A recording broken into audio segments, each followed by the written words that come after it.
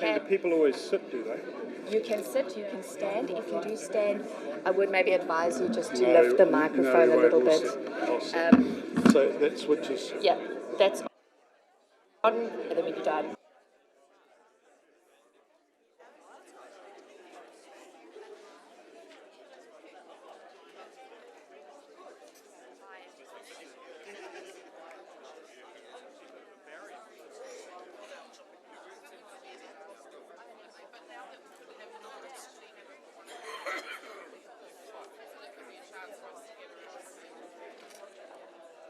Just on, okay. And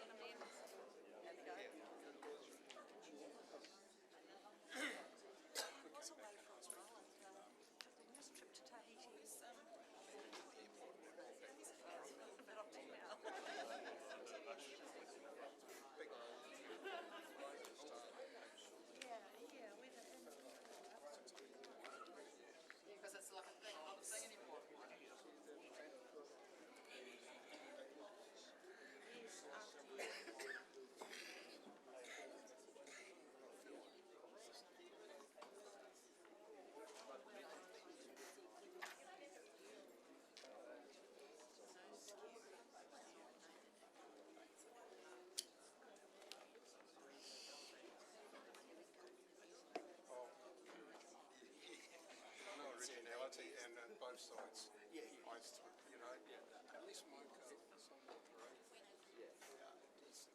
Trying to organise the annual meeting of the Expo, Phil. They had it all on. You know how hard it is. You kind of lose, sorry, I mean, you lose respect that, got these Whangarei. you know, they could, yeah, it's scripted meeting.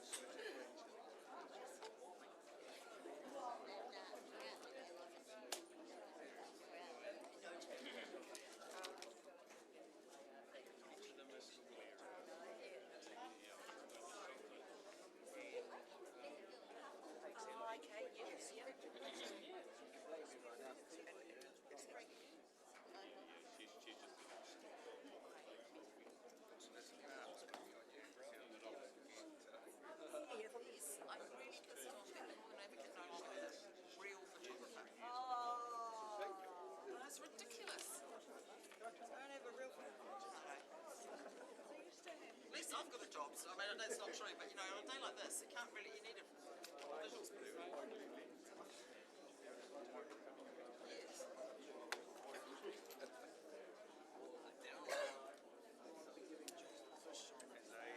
They rent it out. That's good. Your wife, the children going crazy. $8 on top of it. They take cleaners.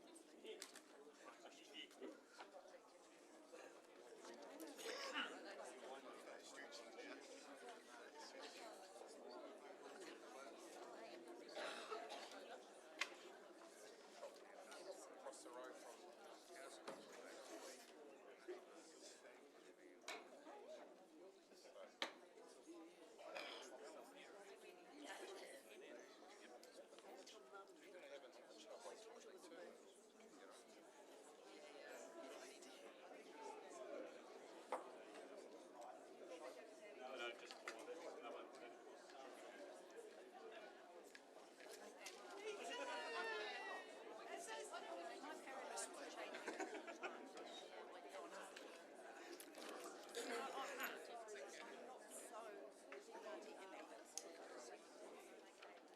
and I think stay on it.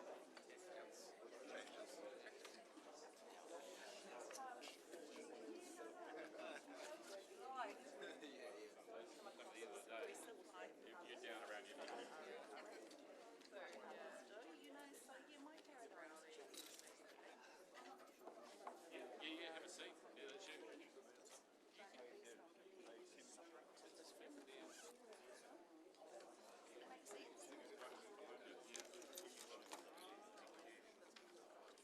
Just filled out. Oh, turn the temperature down. It's too hot.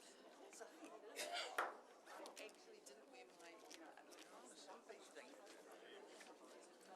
you mind if I just sit there and get a couple of shots of you when I can, when it's close? Aren't you hot, Phoenix? Ice on my veins. Do you know, if you want to cool down, just take your hat off, because 90% of your body heat goes through your head. 9% of silence. Mouth. That was very quick. Filled with the steam off the intelligence box. Knew this day would come. That's why it's got We're in the rendering process. Vince knew this day would come. That's why it's got the two good looking. 5%.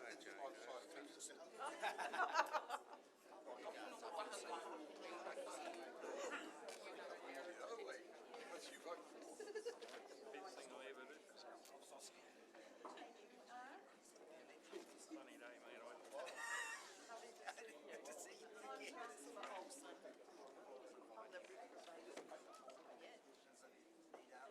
Well done.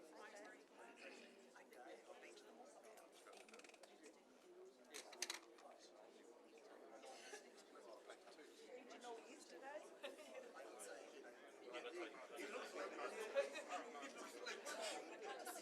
I look like one, but I'm not.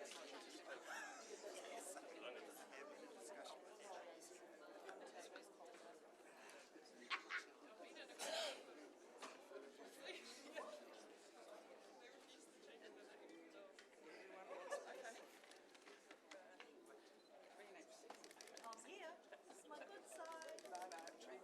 This is my good side. Gonna have him. Morning, guys. Morning. Morning. Do the opening prayer this morning.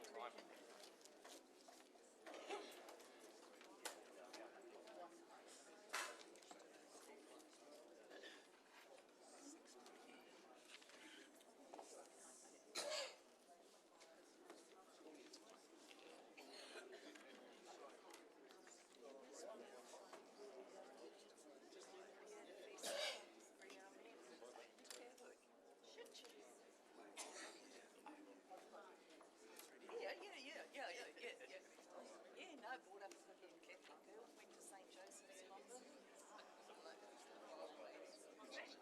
Not practice, she's to a funeral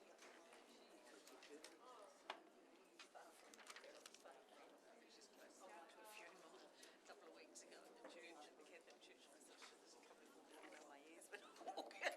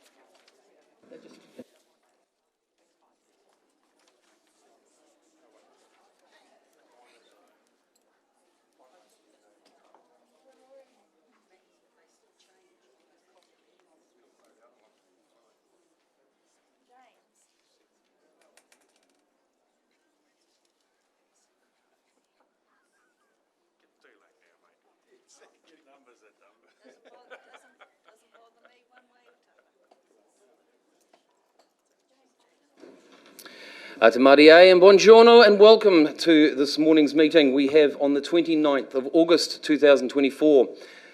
It's come on 9 o'clock and that's the time for us to start our meeting as the scheduled time. Councillors, as always, I would just like you to, if you don't mind just bowing your heads as we have a word of prayer beforehand. For those who are not interested in that, that's fine, just please respect our culture here. Heavenly Father, please look after us, look after the decisions being made today. Lord, look after those who are around and all amongst our community.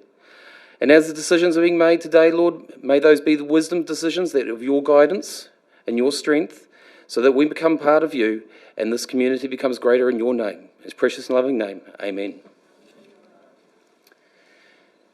Thank you very much, councillors. Once again, I do say declarations of interest. If there's any interest as we go through, please notify those for us. We have an apologies from Councillor Holmes. At the present moment, Councillor Holmes is travelling and he's hoping to come in on Teams. We also have a leave of absence for Councillor Benny. So could I just have a mover for the apologies? Councillor Olsen and Councillor Councillor Jovich. All those in favour? Any opposed? Carried, thank you. Just to remind the public, this meeting is live streamed, and I do welcome the public out there and councillors being here. As the meeting is live streamed, one of the things we do ask that if you are in agreement with something that the councillors are saying, that you use the sign language approach, which is basically hands like this. If you do not agree, just remain silent on that respect. We do allow the time for the councillors to have their say, and we encourage to be open and frank within our discussions and the freedom to speak. Now, with our members of the public, I know we've got some press here as well, and I do need to acknowledge we've got several of them, our media. It's great to see you all here, along with our members who are going to be speaking from Te Kareria, and it's great to see you all here as well. Thank you for coming along. There is supplementary reports and confidential items, as I'll bring them through at that time. Now, our first speaker today is Lynn Bristol and Delegation Armstrong. Now, for the cultural aspect, what we're asking and what's going to be happening, and just so everyone understands, there's going to be a mihi beforehand, which is basically like an introduction. There's going to be the 5-minute spot, which I believe Delarene's going to be doing. And there's going to be a chance they're going to do a waiter afterwards. At that point, councillors, then you have the opportunity to ask questions of the speaker at that point. We have offered this to all 4 speakers, so all 4 speakers have the opportunity for this. Delarane and Len. Where is Len? I don't see Len there. There he is. Okay, Delarane. Once again, speakers, as you've got your microphones, I know Delarane and Len, you're both well used to the chambers here, but it's the right silver button on it. Yep, thumbs up. I know, Delarane, you're all good. So the time is over to you. Te kora matu e wente mi he tona kia koe tuku nei te kalaki mo tātou I te timatatanga o te tātou hui I tēnei ata. E mi he tona ke ngā kauni hira, ko koutou ko taimai I te rā nei, I te hakarongo I ngā kōrero e putamane I a mātou, I roto I tēnei whakaaro, koroa ke mātou e whakaaro ngana. E mi he tona ke koutou, a tini whanau e taimai, ki te tautoko I tēnei rā, e mi he tona ke koutou, koreanga mihi, te nui a koutou ki te putamai, ki te hakarongo I ngā kōrero, ko hora nei ki runga te kauni hira I tēnei. Maria mena mi he tona ke koe te whai. Hari e kona te ngāko koe tēnei, ko taimai I te pāti Māori, nōri rā tēnā. Huhana, tātu ki taku kōtiro huhana mi he tōna kia koe kata.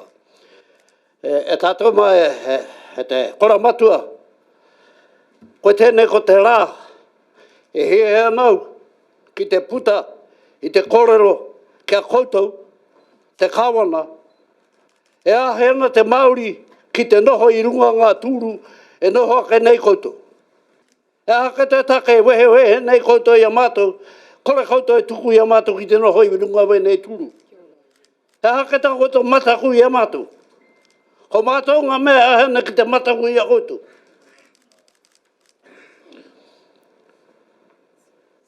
Hana e hari ana te ngakau I tuku mai koutou, I tēnei hono leke mātou, ki te kōrero, ki te puta kōrero kia koutou. He hena koutou, He hena koutou ki te mahitahi ki a tātou te iwi Māori. Me mahitahi tātou. Tukua ngā tūru Māori kia noho ki runga te kaunihera. Kau e poro wea. Ako ta koutou matua, te kāwana. Mo he nau e tamariki koutou no tēnā kāwana. Tō reira harai te mea, he rika ana, hoina e pauri ana te ngākau i te mea, i tōtoro atu te ringa o a mātou tūpuna. Kia koutou, kia haere mai ki roto i Aotearoa, ki te mahitahi ki tono hotai ki a mātou, ka huri koutou ki te mahi ki no i a mātou te iwi Māori. Mate, te nuinga o a mātou tūpuna, i tā rātou hakapono, he mea pai tēnei mo tātou te iwi Māori. Hore kau pēra. Tō reira e te kaunihera, e koutou, hoino, i te mea o rua no mene ti homa i ngā, kau, 184 years, kia rātou. Kia te tikanga o wera āpua. Nō reira, hore kau kōrero, ko te tukau taku tuahine ki te kōrero, ki te haka pāke ewa kōrero, kia koutou me watahi o ngā kōrero, kei roto i tana puka i tēnei ua. Nō reira e tātou mā, hore kau kōrero, ko atu i tēnei mihia tōna kia koutou, e mihia tōna kia koutou, te memo te kaunihera, te kōrero matu e vense mihia tōna kia koe, kia koutou katoa. Hore kau kōrero, ko atu i tēnei, a tukau mataku tuahine kōrero, kōrero mutunga mō mau. Kia ora.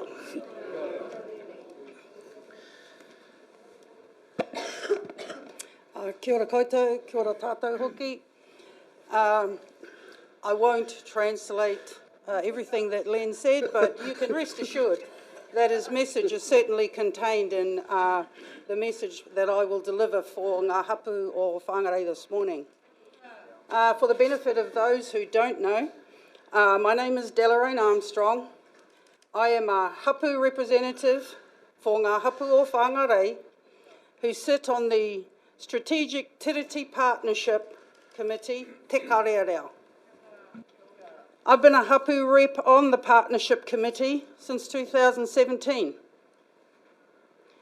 Te Kareareo Strategic Partnership Committee was created from WDC's, from Whangarei District Council's desire to develop more robust partnership arrangements with hapu, which was signalled in the 2014 revision of Whangarei District Council's commitment to hapu. This Tiriti Partnership Committee represents an important step and element in that relationship with tangata whenua, with hapu in the Whangarei District. A facsimile of Te Tiriti o Waitangi hangs in this chamber, as it did in the previous council chambers in Forum North. It's not there for decorative purposes. No more or less than other items that hang in the chambers represent local government in the Whangarei District. The facsimile of Te Tiriti represents the commitment to the partnership with tangata whenua. Te Tiriti holds a prominent position in chambers to acknowledge and remind its members, you, of the contract of partnership, participation and protection of both rights and responsibilities that Whangarei District Council and other agents of the Crown are responsible to and for. Our rangatira signed Te Tiriti here in Taitokerau in 1840, and in doing so, they did not cede sovereignty.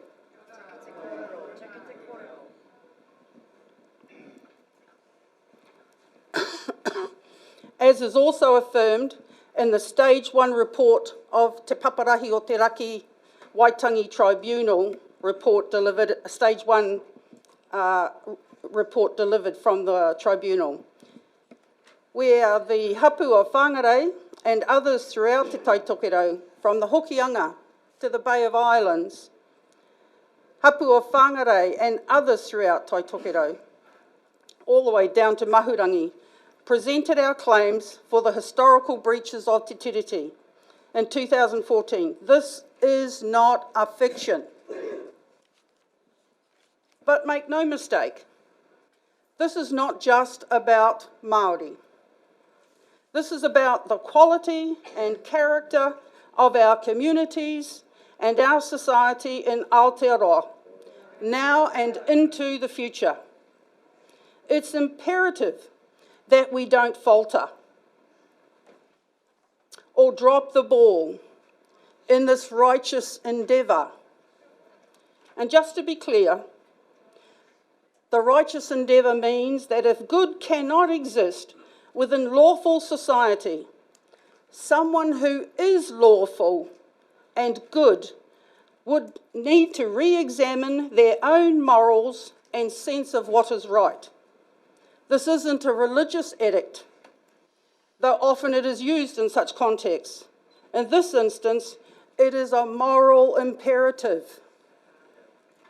Today, hapu and other like-minded people in our city, district and country are delivering the same message now that we as hapu have been calling government to account on for the last 178 years.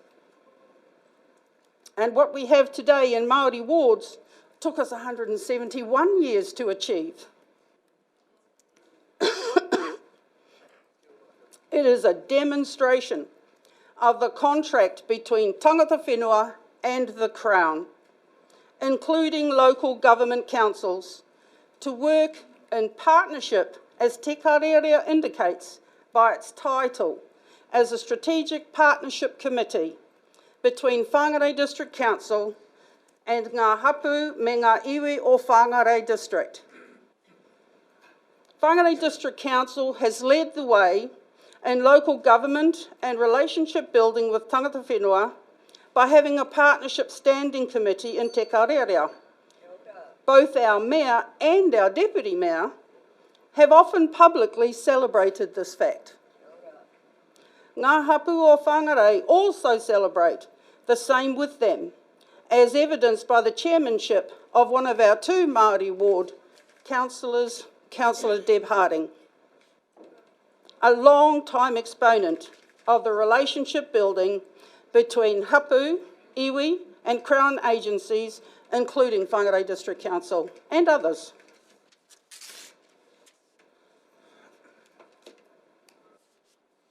Te Karearea hapu members, as well as many tangata tiriti members who we honour and acknowledge today and every day.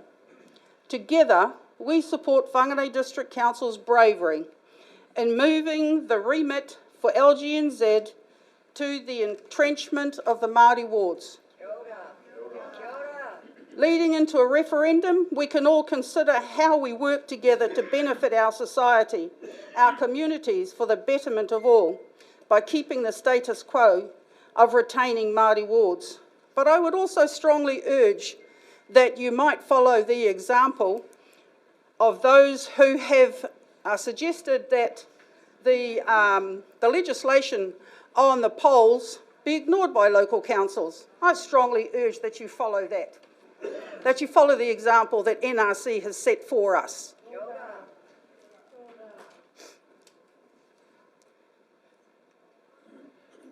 Delarraine, your 5 minutes is up, so you might want to wrap up. You might want to wrap it up. So that's all. We're just conscious of the time. Okay. It is my hope that the council will continue to recognise the importance of Maori Wards in promoting social equity that strengthens our district and communities by upholding the equity and representation at council. Together we can build a future that honours every voice and ensures that the unique perspectives of Māori are heard and valued. I'm proud of the mahi that Whangarei District Council is currently undertaking alongside tangata whenua. I believe we are leaders working together for the right reasons. So we encourage the council to keep up the momentum and keep up the good work and to retain the Maori Wards and to vote for that. Tēnā koutou.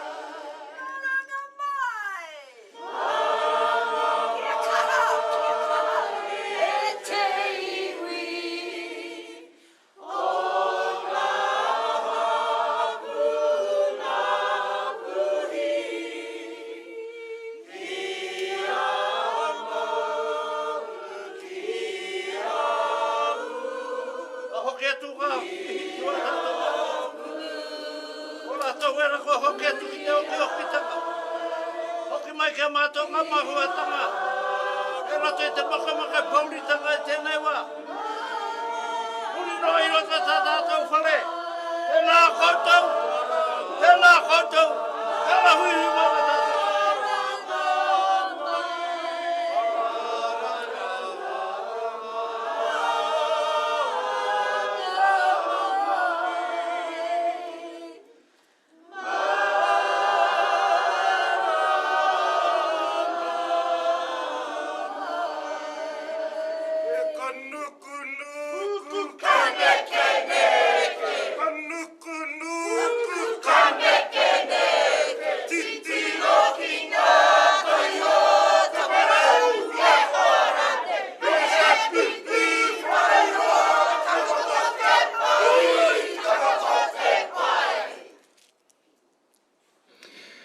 Thank you, Deloraine. Thank you, Len, for being here. Councillors, is there any questions for our Te Kaitere members? No questions. Thank you very much for taking the time, Deloraine. Thank you very much, Len, for being here. We appreciate the time and energy being here today. Our next speaker is Tim Howard.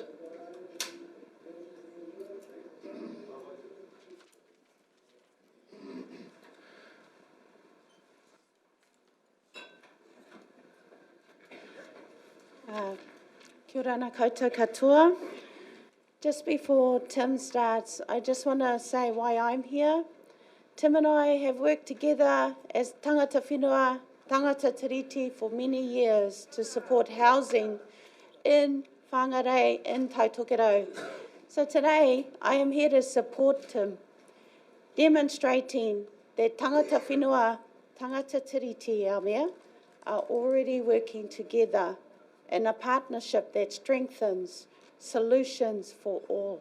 Nō reira, ko ore o ruka ahau, he uri, no nā puhi, nā tiwai, nā te tūwhare toa, nō reira tēnā tātou katoa. Kia ora. Just take the finger off. Yeah. Tēnā koutou ngā iwi hapu whānau tēnei take wā, me ki koutou ngā tangata whenua. Warm greetings to tangata whenua, to matua Len, to Whaia Deloraine, to the Mayor and to councillors, to the communities of Whangarei. E mihi hoki tēnei ki taku hoa nei, partners in solidarity with Oriel. Tēnā koutou.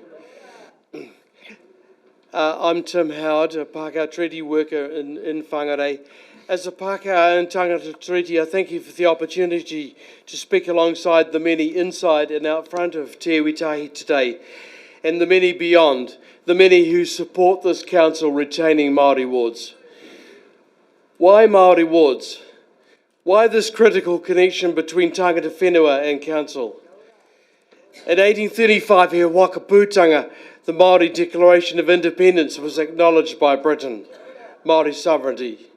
By later signing Te Treaty o Waitangi, Rangatira graciously made space at their table for the English Crown to be responsible for the good behaviour of English and other newcomers. Māori rangatira would continue to be responsible for and accountable to Māori. The intention of the rangatira has never been fully honoured at all. However, Māori Wards go some small way towards reflecting that intention and have since become a critical connection between council and tangata whenua. Māori being accountable to Māori. From time to time we've had Māori councillors, but those individuals were elected by everyone and were not elected because they reflected Māori perspectives. Māori Wards provide a space for specifically Māori perspectives to be conveyed amidst council's processes and decisions. Just as Whangarei's rural wards provide a space for rural perspectives. Without wishing to idealise the situation, I would say that our council has made some positive steps in the relationship with local tangata whenua. Te Huinga and Te Karerea, as Deloraine said, are effective vehicles for Māori engagement with council decisions. Our council, I have to say, made a strong submission in favour of Maori Wards to the Justice Select Committee of Parliament.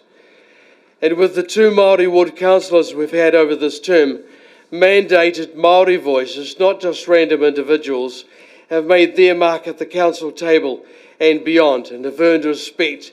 And guess what? The sky didn't fall down. He mihi tonu tēnei ki a kōrua, ngā te mare kura, te whatu kura, ngā kaikaunihira Māori o te wā, tēnā kōrua. In fact, we're all better off with Maori wards. The Waitangi Tribunal, which we have to remember is a Crown entity, found that Maori wards had benefited whole communities, not just Maori. We've come too far not to go further. Some people speak of democracy as an argument against Maori wards. In countries like Aotearoa and Australia that have been colonised, referenda have been used as a weapon against Indigenous people who are in the minority. We don't want arguments about supposed democracy and referenda being used as sources of division in our communities in Whangarei. A very narrow approach to democracy is falsely being wheeled out as an excuse for trampling on everything Māori have fought so hard to regain. But with Maori wards, Maori voters still only have 1 vote each, so what's the problem? In fact, Maori wards have more support now than ever. 2 out of 3 mayors across Aotearoa loudly opposed the government bill. In a mere 5 days allowed, 10,000 grassroots submissions were received by the Select Committee, the vast majority in favour of Maori wards. Prior to the 2021 amendment to the Local Government Act, Māori were hardly represented as councillors and mayors. In New Plymouth, shockingly, there had only been 1 Māori councillor in 100 years. Almost all councils that had tried to take on board Māori wards were blocked. That changed somewhat after 2021. By the end of 2025, 49 councils around Aotearoa will have Māori wards, a 1,500% increase. Ka pai tērā. That's what we're asking you today to retain, just as the Northland Regional Council voted almost unanimously this week. We call on you to strengthen rights, not to remove them. We ask you as elected members to channel your sense of fairness for those who will be most affected. Ka rauhi te tupu o te kauri. Let Māori have space to flourish. Retain Māori wards. Nō reira, he te whare. Tēnā koutou, tēnā koutou, tēnā tātou katoa.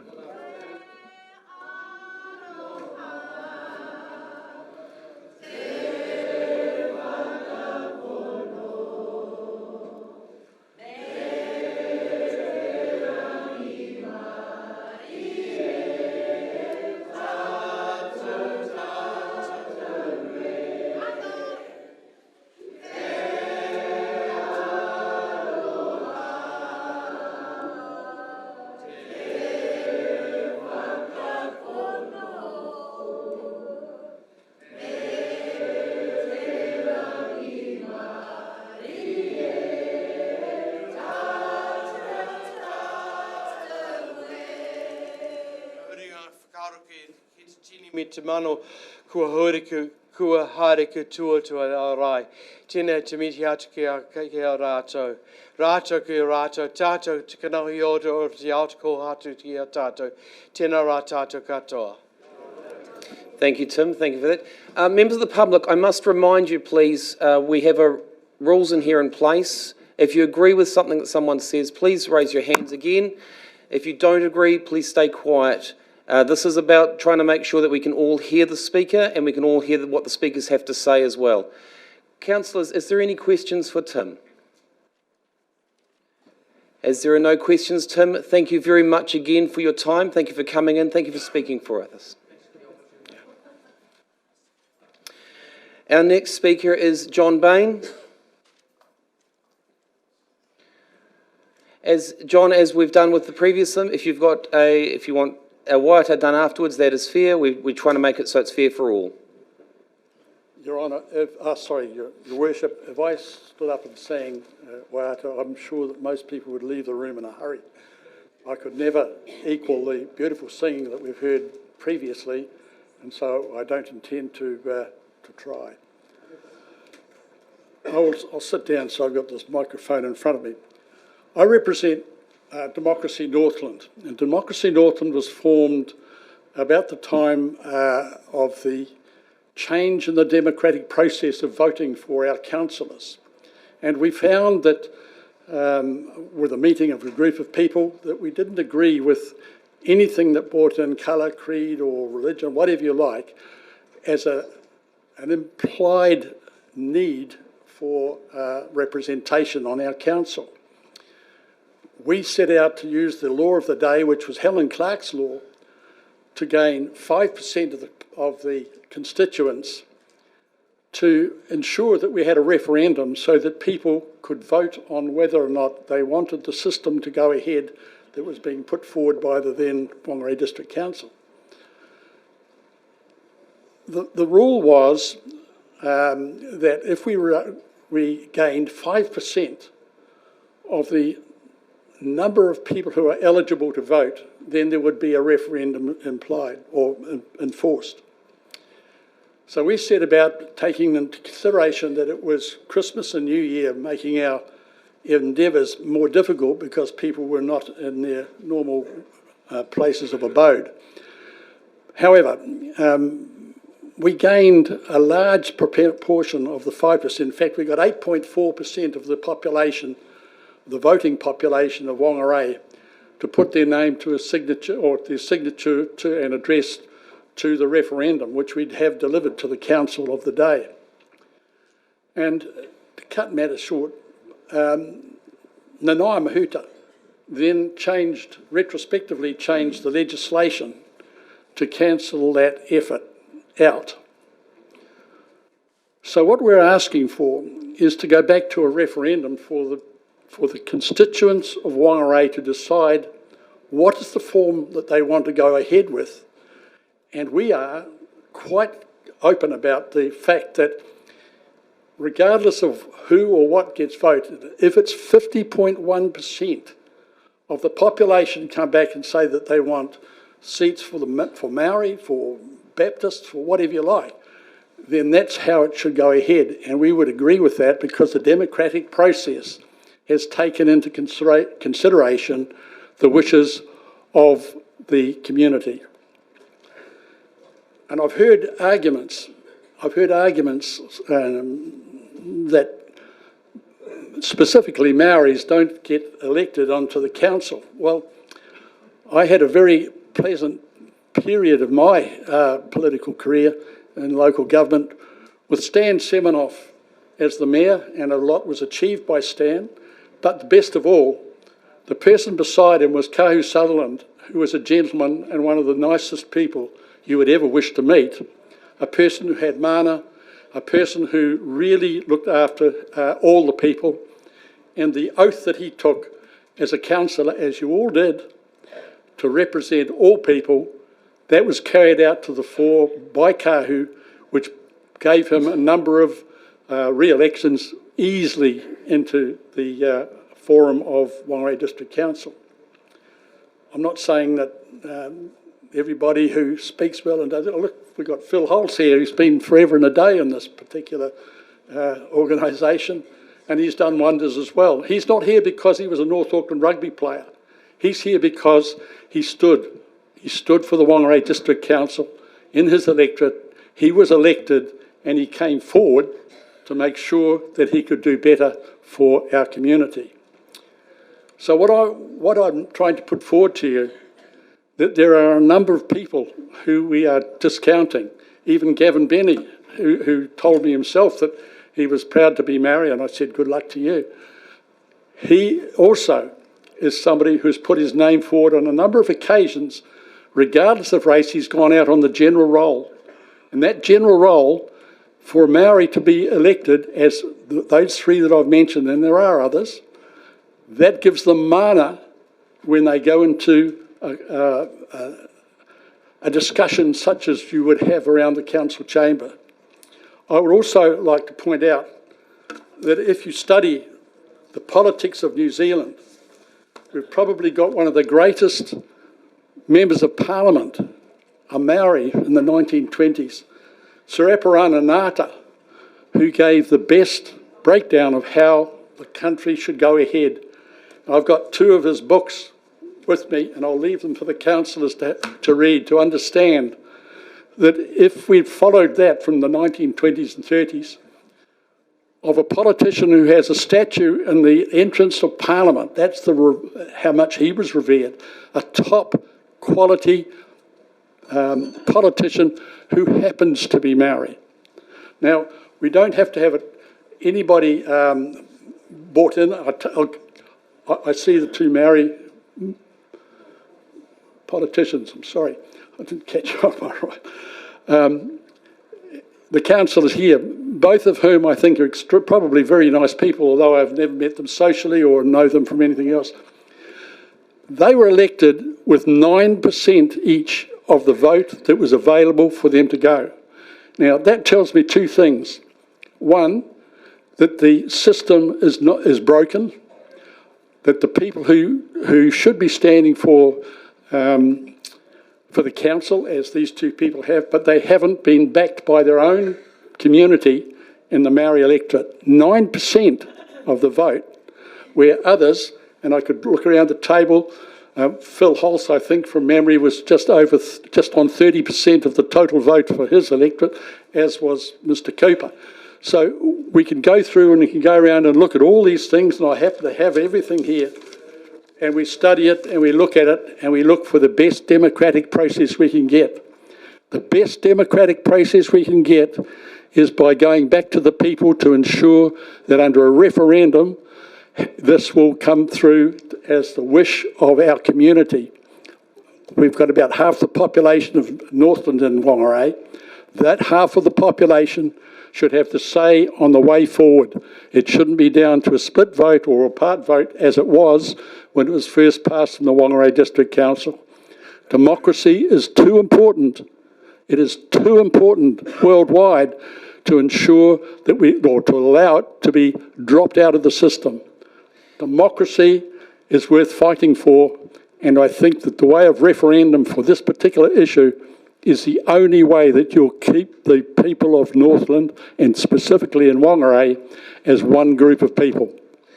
Thank you. Thank you, John. I was just going to say your 5 minutes is up, but well done. Thank you for keeping the time. Councillors, is there any questions for John? Councillor Harding. Te koromata, tēnā koe, mihi atu ki a koe mō tō karakia I tēnei ata.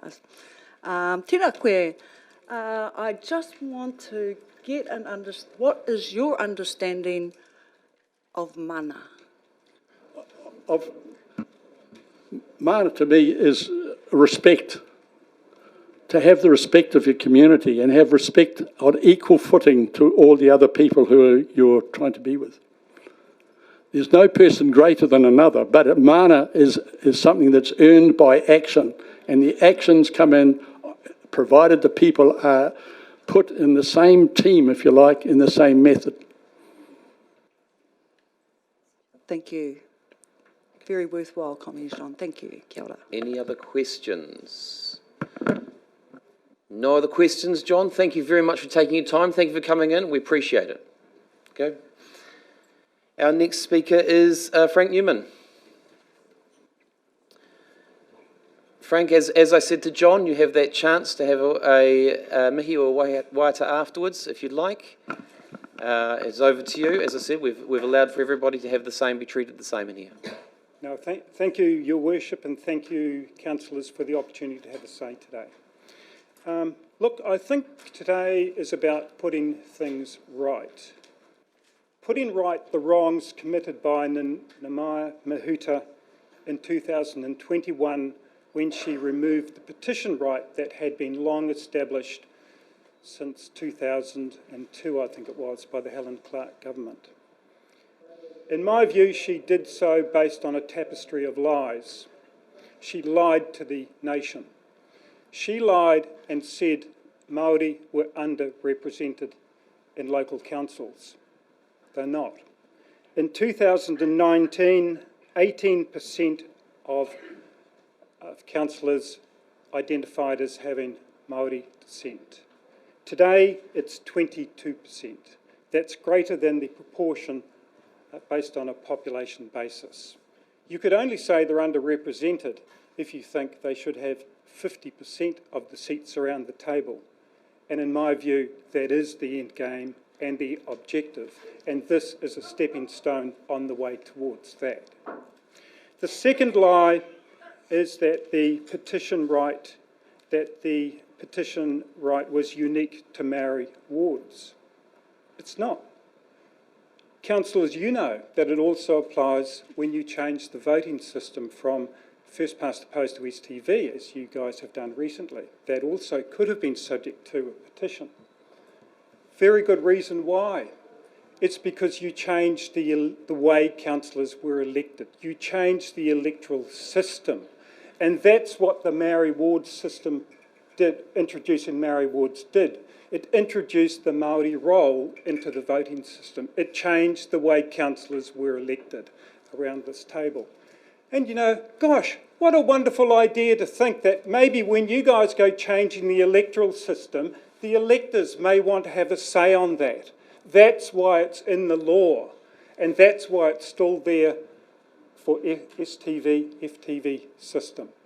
It's nothing, it was not unique to Maori wards at all. And throwing up this bogey of, oh, what about rural wards? It doesn't apply to rural wards because the electoral system is not changed. That's why it's there for Maori wards. That's why Helen Clark, in her wisdom, introduced it when she allowed councils to have Maori wards. And good on her. If councils want to have it, that's fine, but at least give the public a say. Now, in 2021, I stood before the then council and spoke on behalf of 5,135 people. That was the audience behind me at the time when I spoke. You guys ignored those people. You went ahead anyway. I'll tell you what the feedback we got when we collected all of those signatures, as John said, we collected over 15,000 signatures. Here's the feedback that we got. Number one, they said, we want to be united by the things we have in common, not divided by our differences. We want to be a united community, not a divided one. We do not want to be divided by race. We don't want to have Maori seats, general seats. We just want seats and a united people and a united council. That's what they wanted. That was the voice. The second thing is they said, one vote, one person, one vote, all votes are equal and all voices are respected. And I'd like to thank the people here today for respecting my right to have a say without interruption. All voices should be respected in a democracy. And they said councillors should represent the whole community, not a part of it. And lastly, they said, well, they questioned really, why are Maori wards necessary? Because Maori are not special needs individuals. They're very capable, very powerful people in their own right with incredible skills. As John's mentioned, we had a mayor for 12 years, Māori mayor, a deputy mayor in Kahu Sutherland. They got there on their own merits, not because they're special needs individuals. They can do it by themselves. We know they can. They've shown they can. And the other thing is, why does actually this council need Maori seats? Because you've got your Tikare committee. 8 iwi are represented on that committee, not just 2 individuals, 8 iwi. Voting rights, majority control, a standing committee for heaven's sake. You've recently funded them $1.14 million to pay Māori to consult with this council over a 10-year period. You've paid them to consult. Every resource consent that goes out, Maori are invited to consult. We know they're involved in all of your roading projects. We've seen that recently.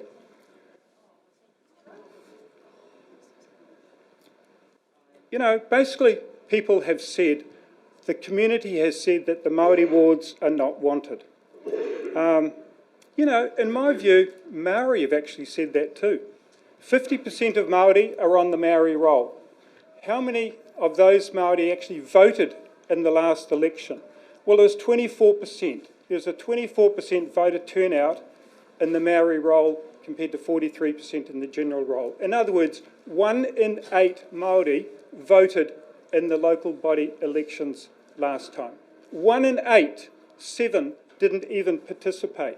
You have given them the opportunity to participate and they haven't.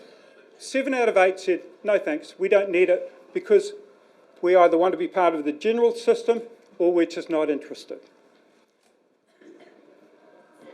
So, was that a 5-minute bell? Okay. So, look, today I think it's about being strong in the face of opposition, putting things right, doing the right thing, respecting the community as a whole and the 5,135 people that submitted to you a few years ago. It's about putting it right. Thank you. Okay. Thank you, Frank. Is there any questions for Frank? Frank, just stay there for 2 seconds just to see if there's any questions. Frank, I have one question for, because I know that you're a man who studies a lot of data and things like that. Can you tell us how many people, what was the percentage of actually voter turnout in Whangarei last elections? 43% for the general roll and 24% for the Maori roll. Has that been a decline in the last few elections? It has, yeah. It would have been closer to 49% 2 elections ago, 45% last election, I think. So it has declined, yeah. From your experience, what do you put that down to? Okay. Could I have another 5 minutes, Vince? No. Yeah, okay. Look, basically, they feel as though they have been disenfranchised and disengaged from the process. Maybe I'm going to be a bit cheeky here and say that, you know, you guys just passed a 17.2% rate increase. 87% of the public didn't want it. They feel they're wasting their time by even speaking to you guys, and they feel they're wasting their time engaging in local government. I appreciate that, Frank. Thank you very much for your time. Okay. No other questions? Excuse me, member of the public. Excuse me, member of the public. This is not a time for you to speak. Please sit down. Please sit down.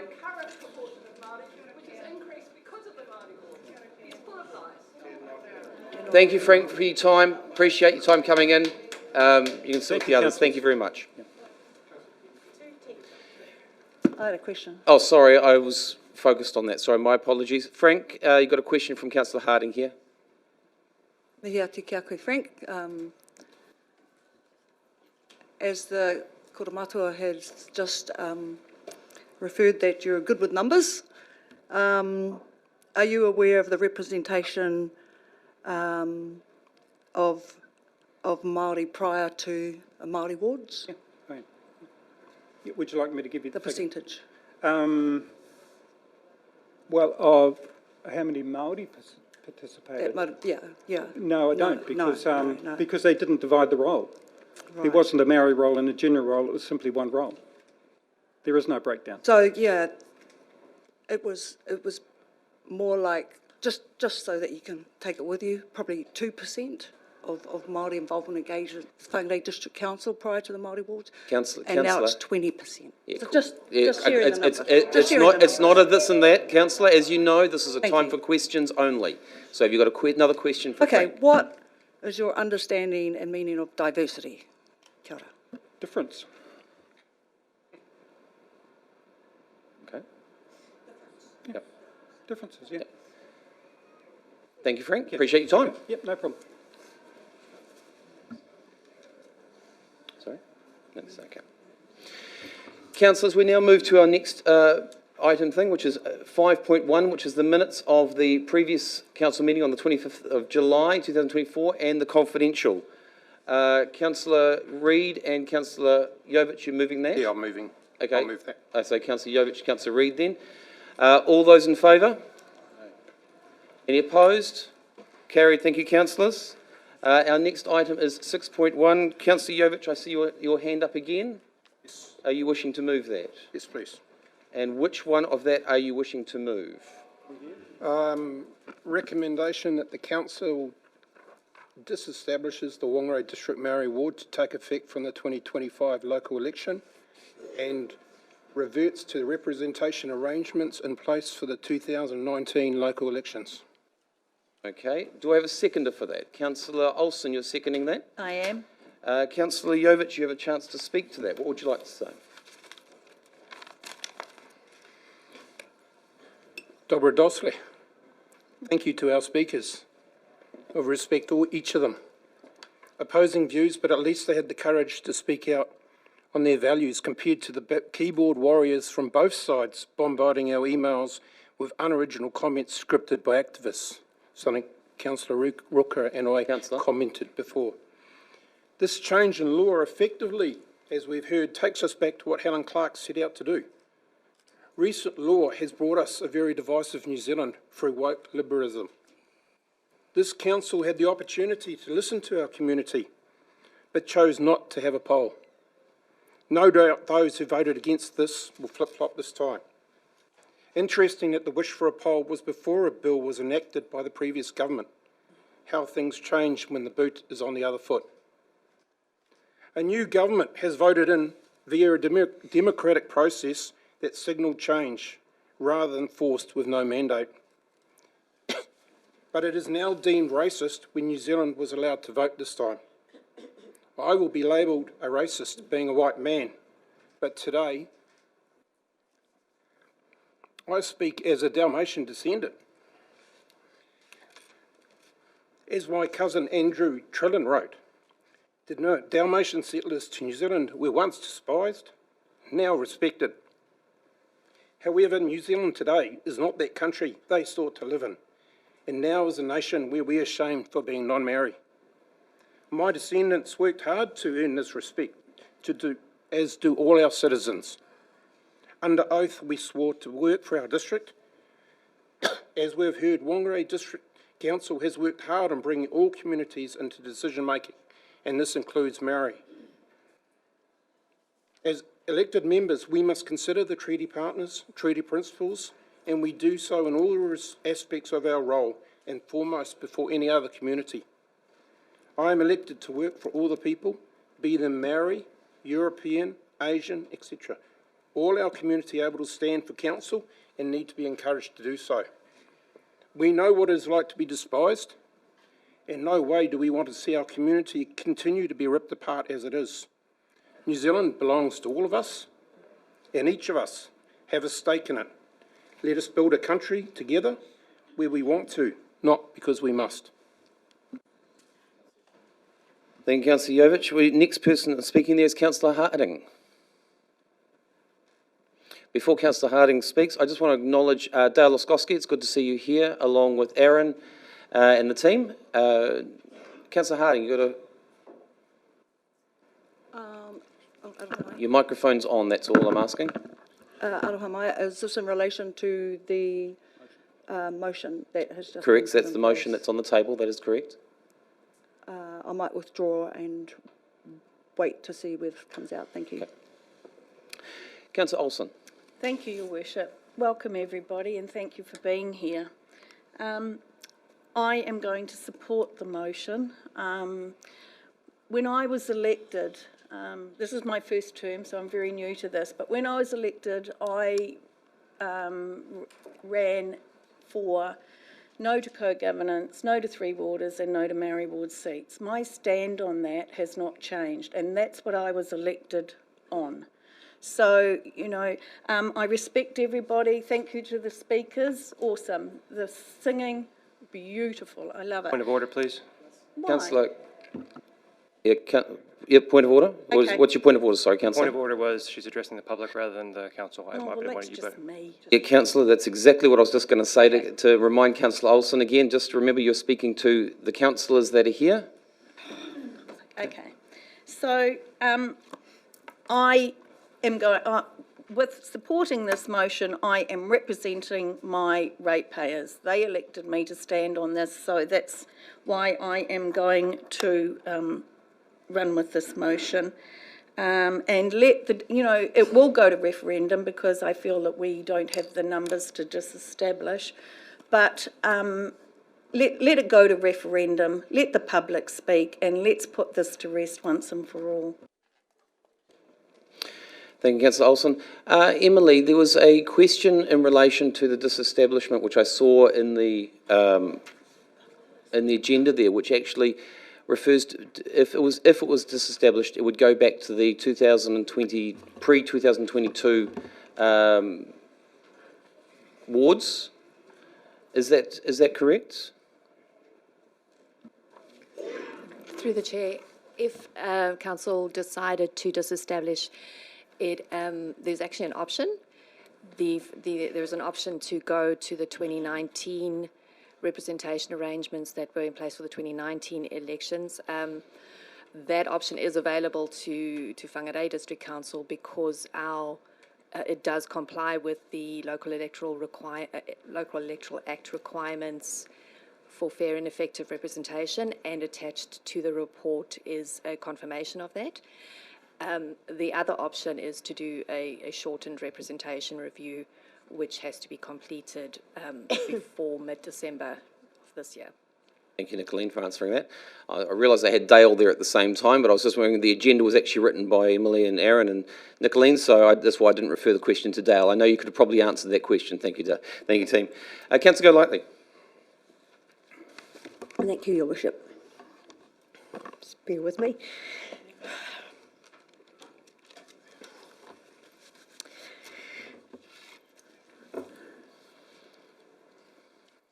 Making a difficult decision often involves weighing up uncertain outcomes, challenging your own values and personal opinions, and embracing the discomfort of such a decision such as this that I'm making today.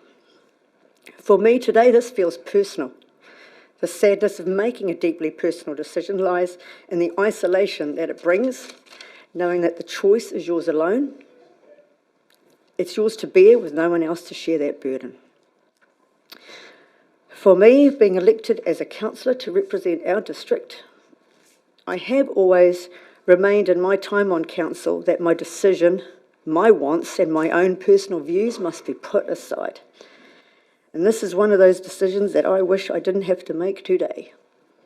Deb, Phoenix, you are two of the most incredible people and councillors I have ever known.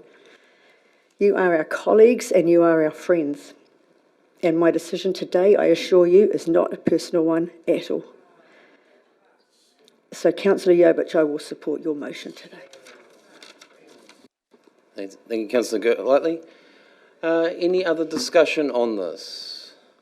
Can I have a question, please? Councillor Connop, your question? Should an amendment be made to go with a different option, let's say, for example, option 1, would that be a direct negative, or is that something that can be done? Yes, so the question they're actually asking there, so everyone understands, is if an amendment was put up of the other motion, would that be a direct negative? The answer is yes to that, and that is why the option is, if this motion is to fail, then there would be a chance for another motion to be put up, which gives direction to the staff to what to do. Okay? Councillor Golightly, your mic is still on, just to check then. Nope, you still got it on. There we go. Councillor Roka. Thank you, Your Worship. I would like to speak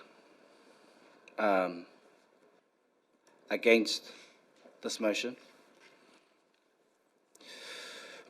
We've heard a lot of kōrero today around how Maori wards can erode democracy, how Maori wards are some way in favour of one race over the other.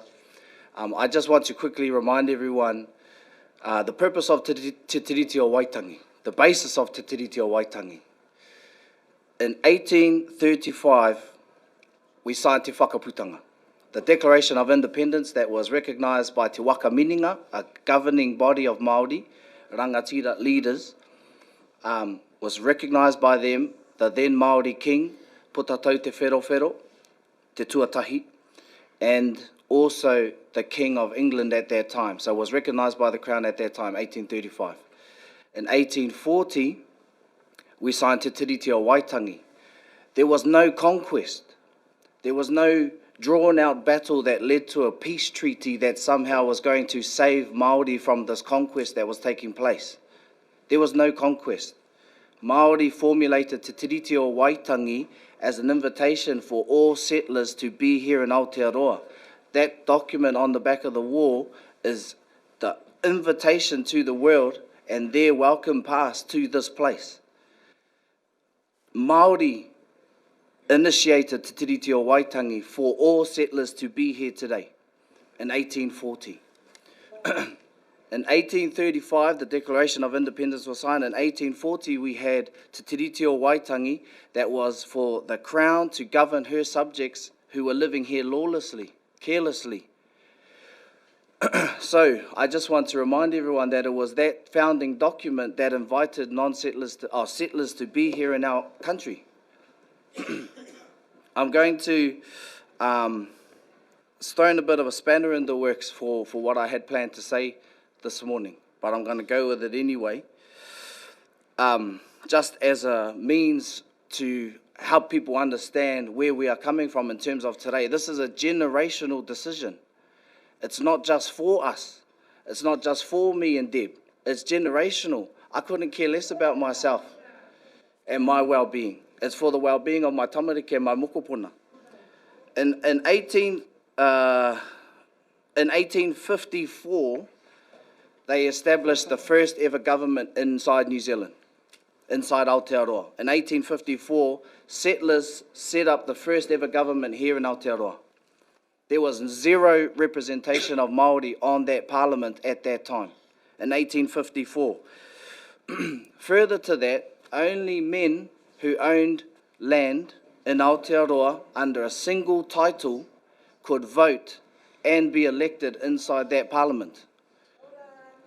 Only men, by the way, could be voted in if you owned land and under an individual title, knowing full well Māori land ownership was under a community, under an iwi, a hapu. So we couldn't participate in the election process at all. So we've been disenfranchised, we've been disengaged since the literal inception of government in our country. So we talk about why Māori don't participate, and there was comments made earlier about being disenfranchised. We've been disenfranchised since this government has come to place in Aotearoa. In 1868 was when they decided to establish 4 electorates for Māori. In 1868, they decided, all right, we better have Māori representation. Māori outnumbered the settlers 4-1 at that time.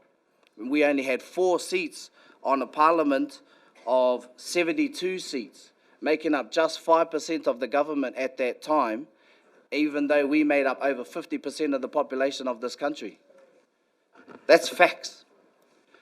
It remained 4 seats.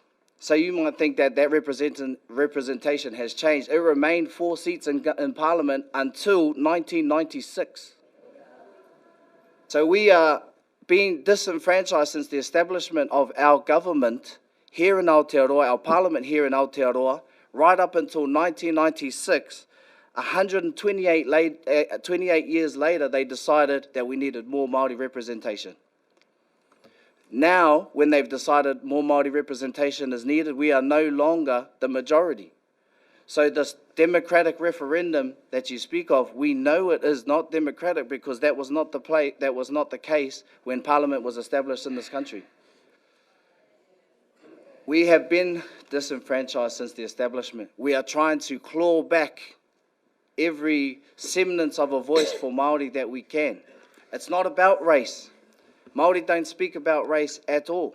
And that's why I remind us that Te Tiriti o Waitangi was our invitation to everyone and all people to Aotearoa. We don't speak about race e te koromatua.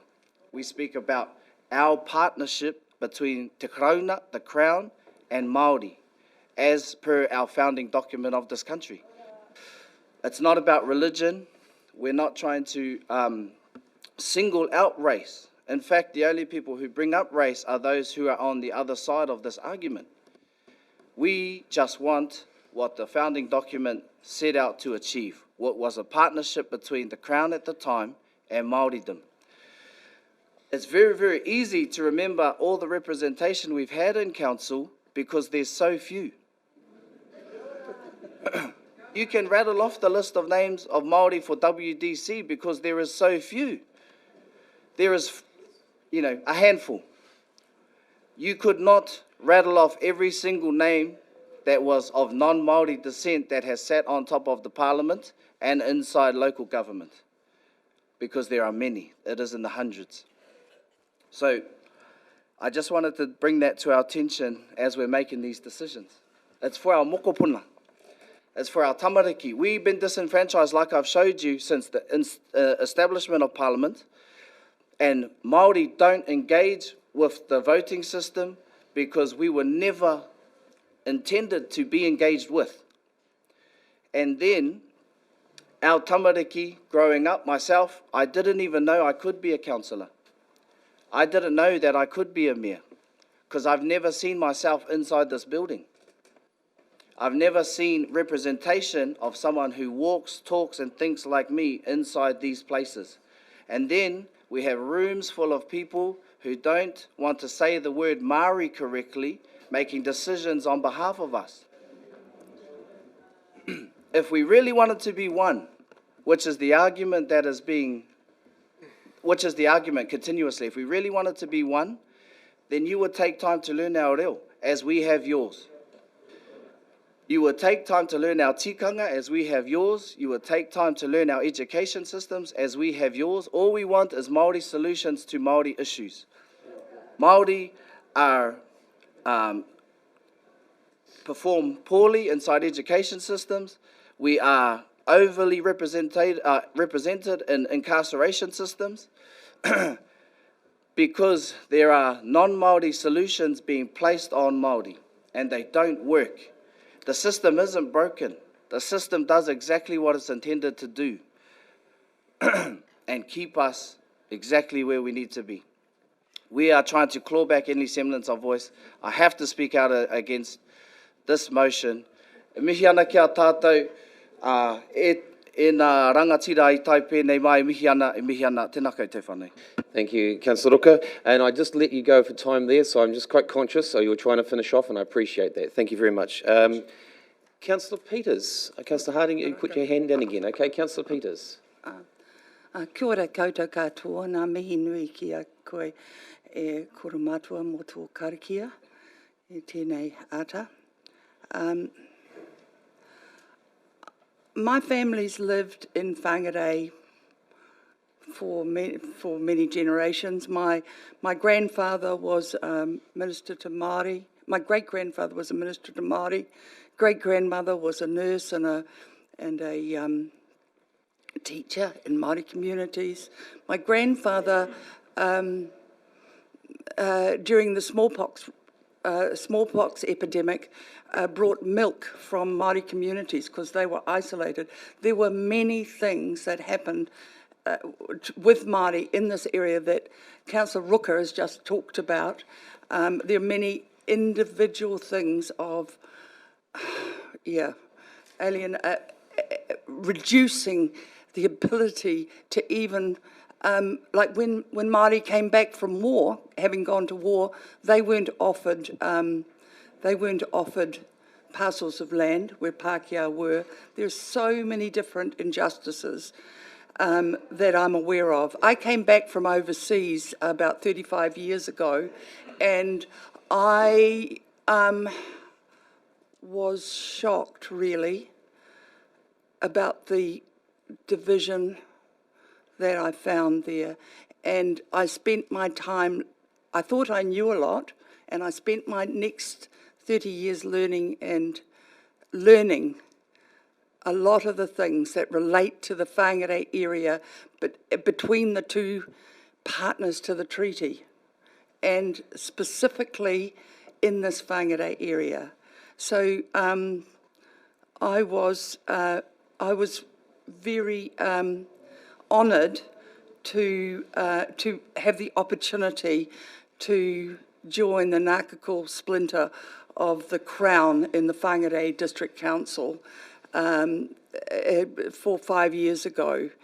And I was also pleased to see that the steps that the council was taking, and particularly learning. And I'm thinking about the work of Councillor Hulse on the Kaipara Moana.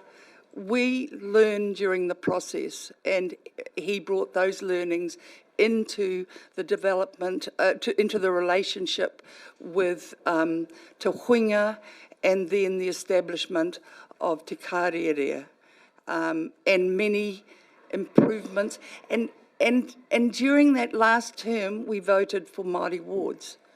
Now, I have seen the big difference between no Maori Wards and Maori Wards, and that's been about the learning that I have personally done and others in this chamber, because we've heard those voices in Te Kārearea and from our 2 members who can vote in this council. So what else has happened during this time? We have attracted really good staff who understand these issues, and we are now doing a treaty audit. So we can have all of our staff understand the issues that divide our 2 peoples. And the 2 peoples of the treaty are divided on many issues.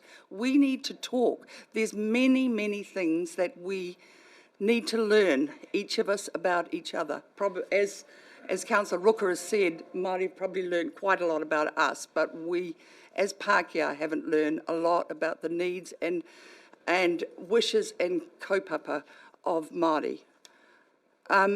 We are going into a period in the next 20 years where there's lots of challenges, and we need, within our decision-making process, Māori to learn from them the care of our area here in Whangarei, so we can address some of the changes from climate change. We need that kaupapa.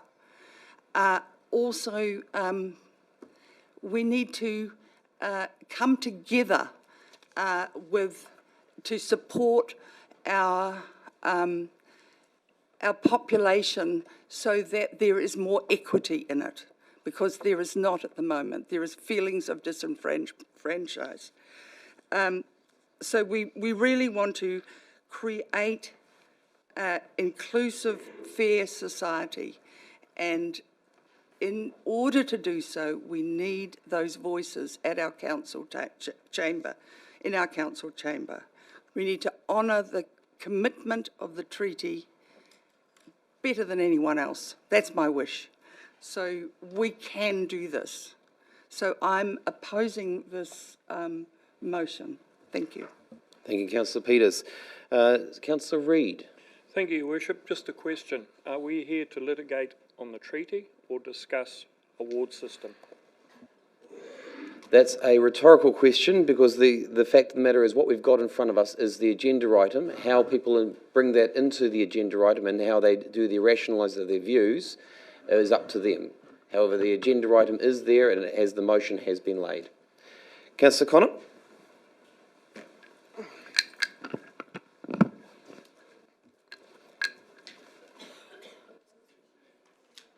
Tēnā koutou katoa. Should anyone choose, anyone can stand in any ward. That includes the Maori Ward, if I should choose if I wanted to. Each ward has a separate constituency, pool of people, which form the ward. And the only difference with the Maori one is they've chosen to be on the Maori electoral roll, which allows them to be into that space. Whangarei Urban Ward, of which I'm fortunately a part of, is a privileged position which allows me to vote for 6 people on this council.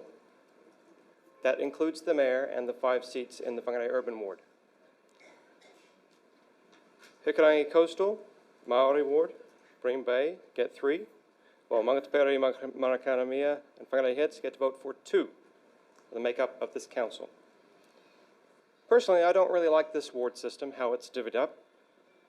It limits my choices on who I can vote for to represent the whole district. Looking over the elections booklet, I would gladly have given some of my votes to people in other wards. Fortunately, some of who are sitting around the table today. And we all get to vote for the mayor together. It's the only person we get to all vote together on. Everyone is right according to their own lenses.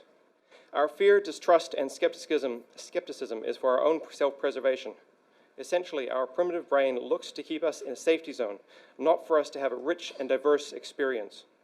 We are a multicultural nation within a bicultural country. Aotearoa, New Zealand is home to people from over 213 different ethnic groups who speak over 150 languages. Over the past few days, we've been bombarded with emails. As at 9 a.m. this morning, I've received around 340 emails, both for and against, and I thank our communities for being able to provide their views. And in due respect, there were personal comments that were around the form letters that actually gave justice, and I do not appreciate the comments that Councillor Jovich made around people's comments. I will refer to one comment. As Tauiwi, we believe strongly that the values of continuing with the Maori Wards as Whangarei is a meaningful contribution to the balanced representation for tangata whenua and means for voice to be heard, considered in the local government space. Maori Wards increase equity for tangata whenua and is part of responsibility as treaty partners. And we all benefit from working together, from embracing inclusivity and ensuring that all voices are heard.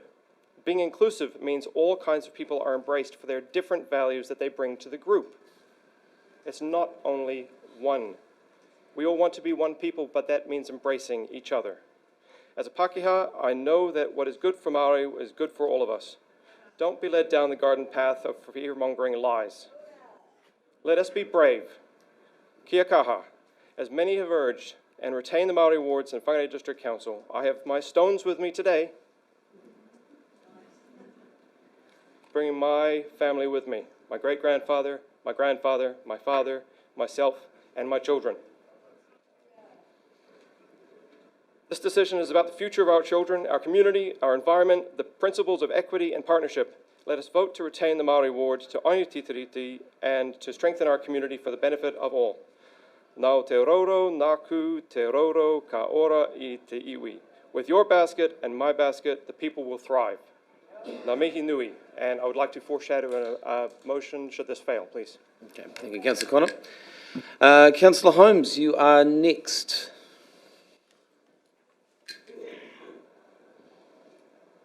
Thank you, Your Worship. Just checking you can hear me. We can hear you fine. Okay, I'm sat in a corridor lounge, so I'll keep this brief because I'm surrounded by other goings-on. So it saddens me that we are faced with a split council around this. This is really something that should unite us. The establishment of Maori Wards has, in my view, enriched our local governance by embracing a diversity of viewpoints and as enhanced inclusivity. We've come a long way as a council, but we still have many challenges ahead. And it would be a great shame if we voted for this amendment, this motion on the table, and moved backwards. I would encourage the members around the table, elected members, to vote with their hearts and honour our commitments by retaining the Maori Ward seats. We must guard against the tyranny of the majority, which is an inherent weakness of majority rule, in which the majority of any electorate pursues exclusively its own objectives at the expense of those minority factions who are less able to speak for themselves.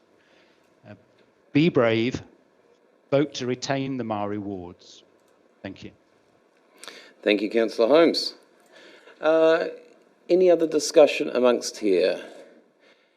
Councillors, look, I just want to say a few things here. Look, one of the big things that's going through this discussion, and I was hoping to hear something new. Unfortunately, I hadn't. I heard most of this discussion had before, and I was hoping to hear something new amongst the councillors. When we had this discussion amongst Te Kaurerea, I abstained because I wanted to hear people's voices. I didn't want to paint my picture on top of everyone else's. I wanted to hear the people's voices, and exactly what I've been doing and listening amongst the chamber right now. Growing up in Whangarei is a place where I didn't see any difference in people, and I still don't. I treat everyone exactly the same because that's the way I expect to be treated. So treat people respectfully and they will treat you respectfully. So that's why I've made a conscious effort of trying to make sure that when we go onto the marae, we do things correctly, in the correct tikanga. When we go into meetings and we make sure we observe the cultural behaviours of certain people, some of our Indonesian community. So I make sure that we all respect one another. It's one of the big things I've always taken into this role. We are all here together. We all are here to look after each other. So one of the big things, you know, we go back to 2021. I was put into a situation there on the 25th of March 2021 while my mother was in hospital, dying. I was put it to do to bring the petition back to council because I knew at that time our people wanted to vote. Our people wanted to have a say. Ian Peters even came into the chambers and said he wanted to have a say in what the outcome was going to be. He did not want the 14 selecting for him. He did not want central government dictating what he could and could not do. He wanted to have a say in the democracy system. So I still sit here and I still say, I want the people to have a say. Referendums to me are vitally important because they allow our community to have a say in the outcome of going forward. And when we deny people that right, we deny people the ability to choose their own outcomes. So it's interesting when I listen to people, because as I said, I try to be respectful to everyone. I try to make sure that everyone gets their fair chance. And many of the councillors know that at times I have waited patiently and then had to describe what they were actually saying and ask the questions that they needed to ask. So councillors, as we are here going through this decision-making process, this is about making sure that our community gets the voice that it needs to have. Democracy is a scary thing for everybody. And it was scary in 2021 when Whangarei and the rest of the local government around New Zealand were unable to allow a referendum because they could not have it. They were told they were not allowed to have a referendum. So it is hard today when we are turning around and saying, we want to have a referendum, we want to have a voice, because that is what democracy is. And I totally understand where Councillor Jovic is coming from and Councillor Ruka. And as we go around the room, all the councillors, their views. Today I was hoping to hear something new and hear something different.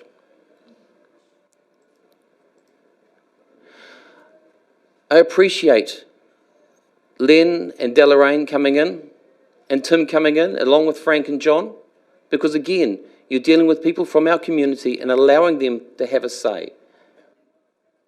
For us to be able to make a decision, it is important to be able to hear the voices of our community. Councillors, we're going to go into, if there's no more discussion on this, we will go into a voting situation. Councillor Jovic, you have your right of reply. Thank you, Your Worship. Thank you for all the comments. Yes, it is a generational movement, decision that we have to make. Hence, my last sentence, New Zealand belongs to all of us, and each of us have a stake in it. Let us build a country together where we want to, not because we must. Not. Thank you, Councillor. A division has been called by Councillor Connor. All those in favour of item 1 6.1, which is to retain, sorry, I remember, to disestablish the Maori Wards, and to go, and Council, I missed it. It was revert. Okay, revert to the representation arrangements in place in the 2019 local elections. All those in favour, please raise your right hand, or left-handed for those. Councillors Jovich, Reid, Olsen, Golightly. And those against?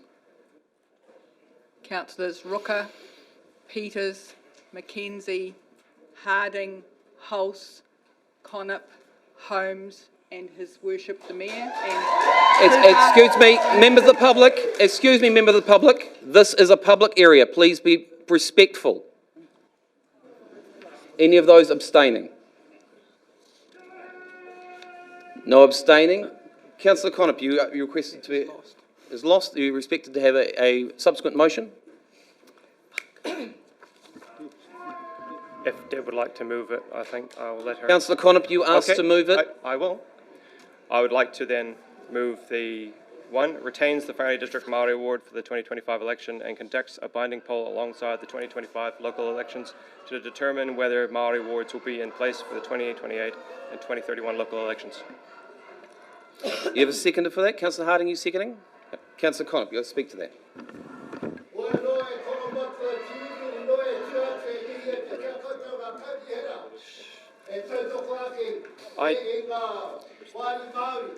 Inoho, kia ora, inoho. Inoho, kei te pai. Kei te pai. I didn't have anything prepared for this position, but Utere mai ngā iwi, au e, tātou, tātou e. Utere mai ngā iwi, au e, tātou, tātou e. Ai a te maramatanga, me te aroha i ngā iwi, ki a taputahi, ki a kotahira. Tātou, tātou e, tātou, tātou, tahiru tauwha, hio hei. Thank you, Councillor Harding, you wish to speak. Kia ora te kora matua. Thank you. I do wish to speak, and I'm so grateful for all of the presence that we have inside the chambers, outside the chambers. I also acknowledge my colleagues that have spoken before me. It is a difficult and trying time, but here we are being courageous, being brave, going through the diversity of everybody's views and opinions. Ngā mihi nui kia koutou. If I can just say, I've had some very proud moments in my 50 years or so in life, finding my lifetime soulmate, growing two small humans into bigger, expensive ones, watching my mum receive her nursing degree at the youthful age of 60 after she had all of us 6 humans, and with my 9% of pure Māori votes, standing on stage giving an oath to the world that I will represent every single one of you in this Whangarei district, and I said it in Māori. I've enjoyed participating in the citizen ceremonies held at Foremoth and have been ecstatic to hear our new residents take up the option of reading their oath in te reo Māori. As an elected Maori Ward councillor, I am proud to be of this entrenched Indigenous culture that has a fast-growing desire to increase the knowledge and use of te reo Māori, and therefore we will have diverse worldviews and perspectives. Over the last 2 years, I've experienced debating and deliberating these perspectives with my fellow elected members in this council chamber, and I've had to take into consideration their differing votes and views also. So take a deep breath, take on board shared learnings, move forward. Titiro whakamuri, kia haere whakamua. Look back and reflect so you can move forward. For such a long time for Māori, We hold on to so much grievance from all that is stifled voices and actions from historical injustices. The introduction of the Maori Ward, allowing 2 Maori representatives at this table, is just one component of propelling positive, equitable well-being of our whānau, hapu, iwi, hāpori and tangata tiriti into the future. And from the words of our sole Māori councillor for Kaipara, Pera Paniora, it allows for our voice to be heard, to feel included and to be seen. And this helps direct action through our decision making, and it helps us to move forward. Our Te Kārere Strategic Partnership Committee brings together 8 hapu mandated representatives and 8 elected members, and it is an orchestra of views, opinions, laughter, digs and nudges, with a mix of standing orders and tikanga protocols hosted at chambers and at our marae. It tests my leadership and my time management.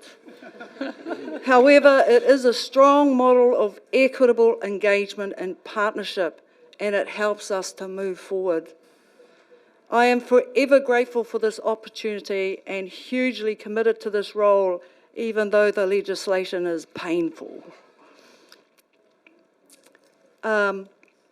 If I can just refer to a small paragraph my auntie who's here in the crowd, Luana Pirahi, wrote forward. Whangarei District Council has established better working relationships with tangata whenua and has to date recognised the importance of Maori wards to promote social equity and enrich communities for all.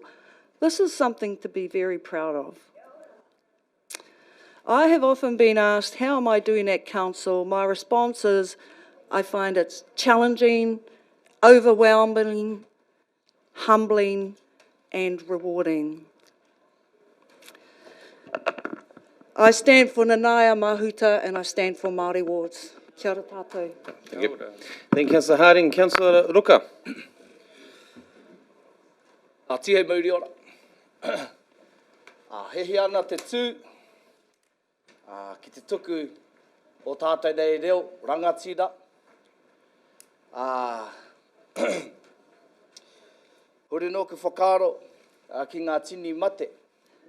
O whiturangitia, rātau, i huri tuara, kia mātau, rātau e wehe atu ki te pō, haere atura. Hehi ana te tū ki te tuku mihi kia tātou e huitahi nei. Ai raro i te karanga o tēnei take. Ahakoa te taubaha o tēnei take, ahakoa te hoha o tēnei take, e mihi ana kia tātou e huitahi nei, e tautoko hea tēnei kaupapa.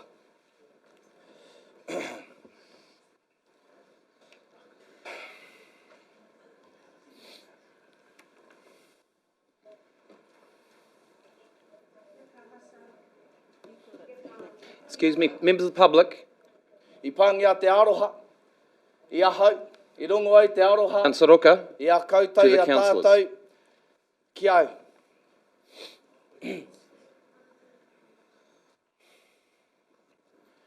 I rongo ai te aroha, reira tātou mai mihi ana. Anei taku kōrero, kia tātou te hunga Māori. Tātou mai. Kaua e tukuna atu tō mana ki te tuku pōti ki tētahi atu. E mohi ana tātou, te whakatauki, ko te manu, e kai ana te miro, nōna te ngahere. Ko te manu, i kai ngea, i te mātauranga, nōna te ngahere. E mohi ana tērā reiranga kōrero. Anō reira, ko tāku, ko te manu, e tukuna atu te pōti, nōna te kaunihera, nōna te kawana. Nō reira, e tātou mā, kaua e riro tō mana ki te tuku pōti ki tētahi atu. Mā tātou te mana ki ōringa. Nō reira, ai, koia tāku.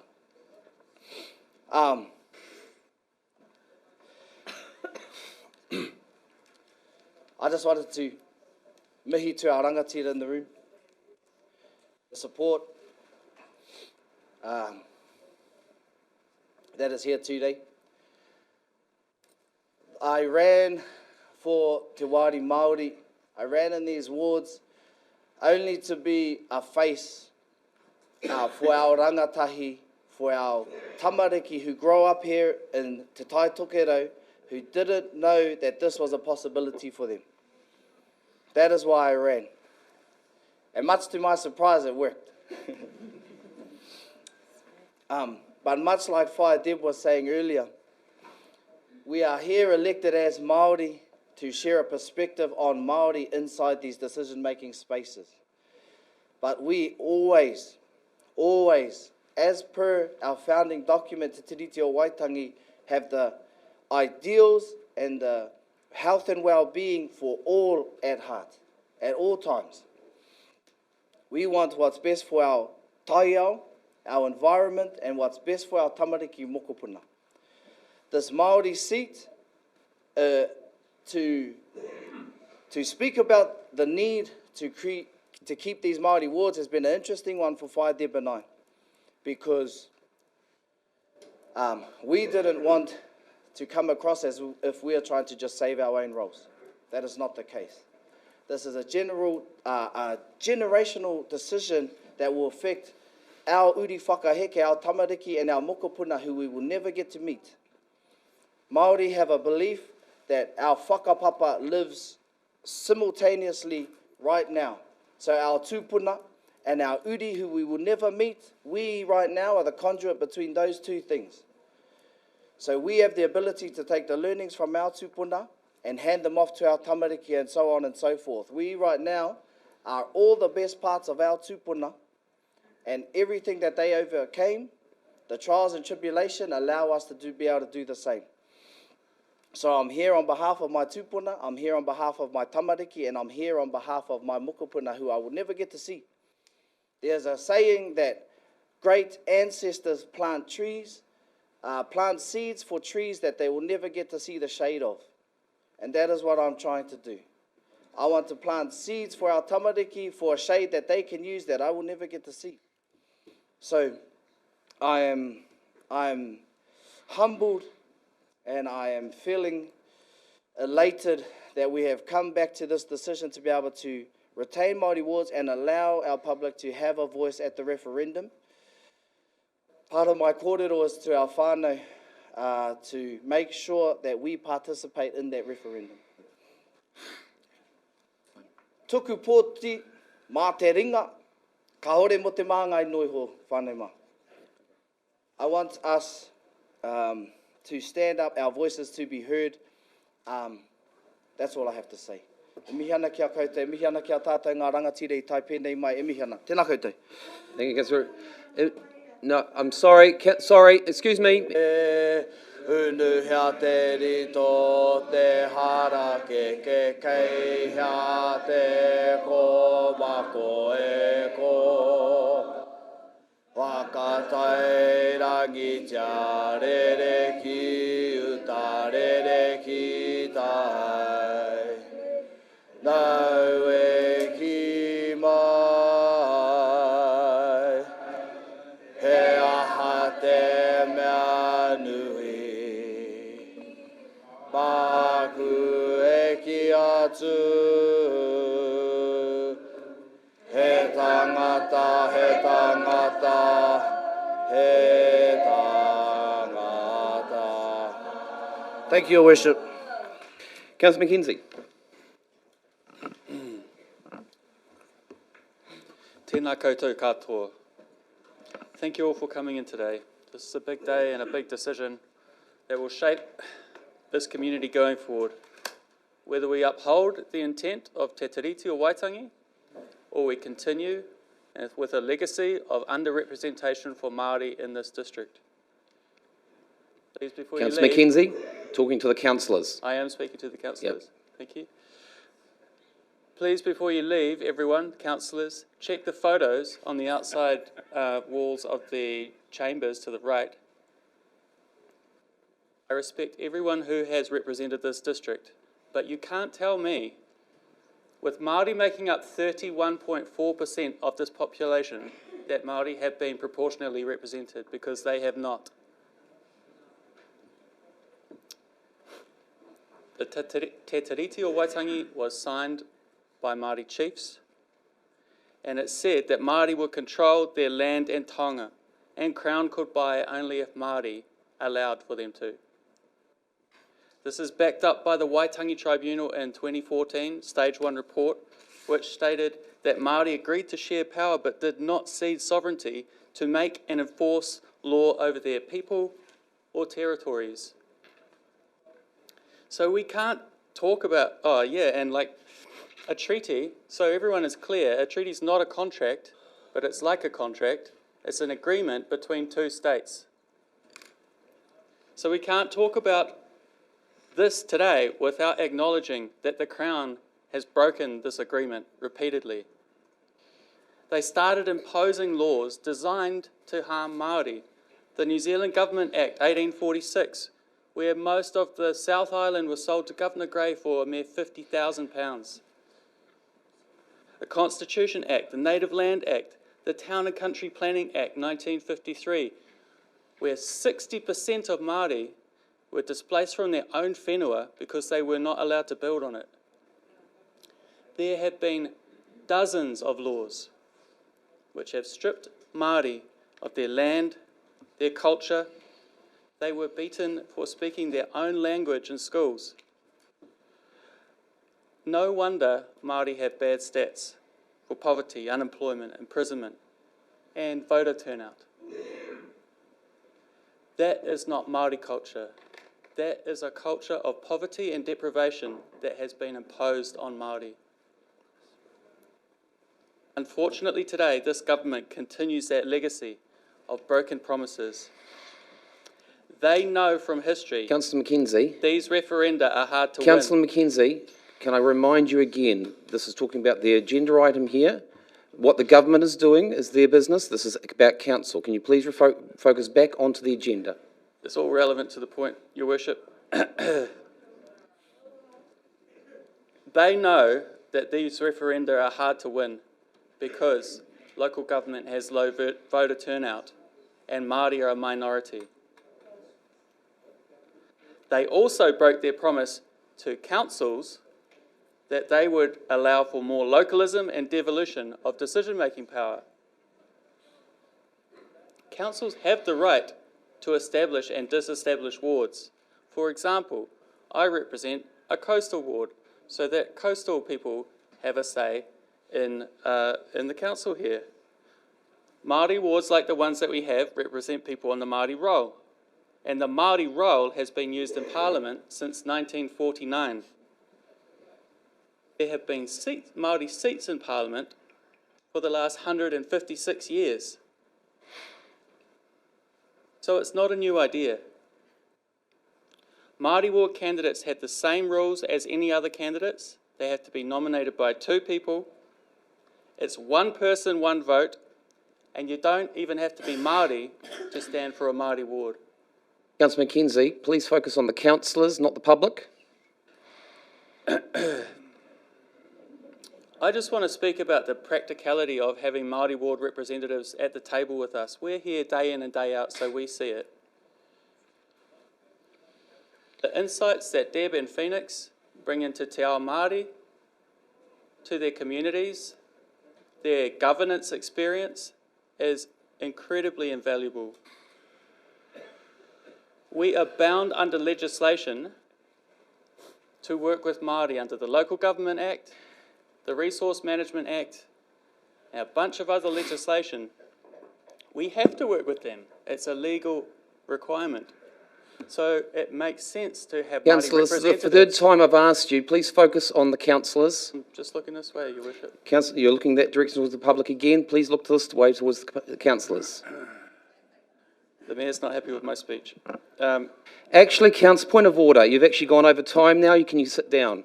Councillor You Cooper. interrupted me, Your Worship. I should be allowed to finish because you interrupted me on several occasions. Councillor McKenzie, I have asked you repeatedly to focus on the councillors. I've asked you repeatedly to stick to the topic. Your Worship, I'm almost finished. Can I just finish my speech? Sure you can. Thank you. Without representation here at the table, we are merely imposing our decisions on Māori again. Simeon Brown was on the TV in the weekend and he said, all we're doing is going back to what Helen Clark had. Well, we don't want to go back 20 years. We want to move forward and create a better and fairer democracy than New Zealand has ever had before. So I support Maori Wards, I will support the referendum, and the campaign starts today. So all of those who have sent in us emails of support, turn that into votes next October. Let's correct history and ensure that Māori voices continue to be heard in our local government. Tēnā koutou katoa. Councillor McCooper. Thank you, Your Worship. I'd like to start by acknowledging the speakers, if I may, and look in their direction. That being ex-councillor John Bain, Frank Newman. Thank you for your words. I respect what you have to say, and you put your arguments to us, and I heard them. I would like to thank Delegation and Len, who I have worked with in the past on the Tika committee.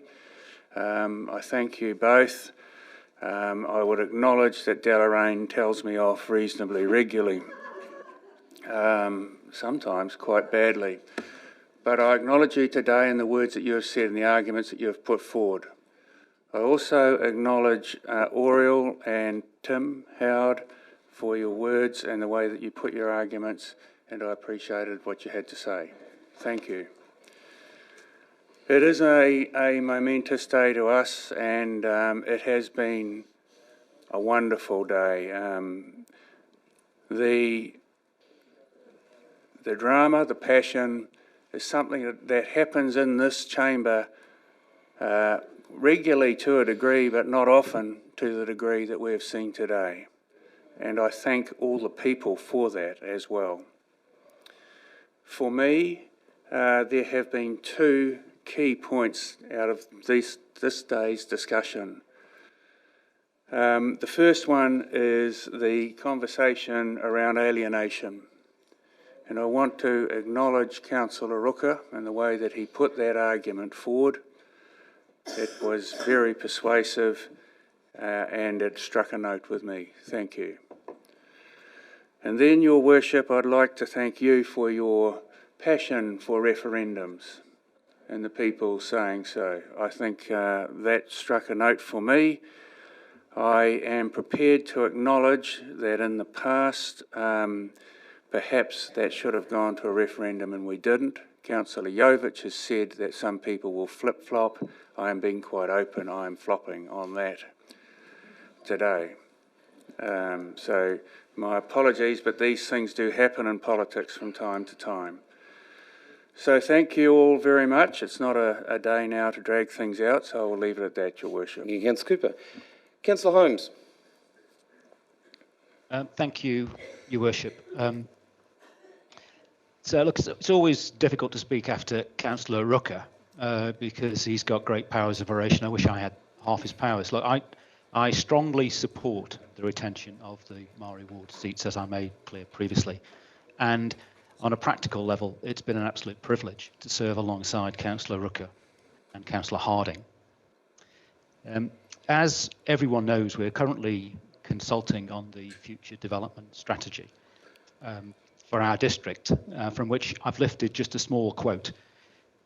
Hapu and iwi hold a deep and long-standing connection to the landscape of Whangarei. The Tiriti o Watangi lays the foundation for celebrating Whangarei's unique identity for generations to come.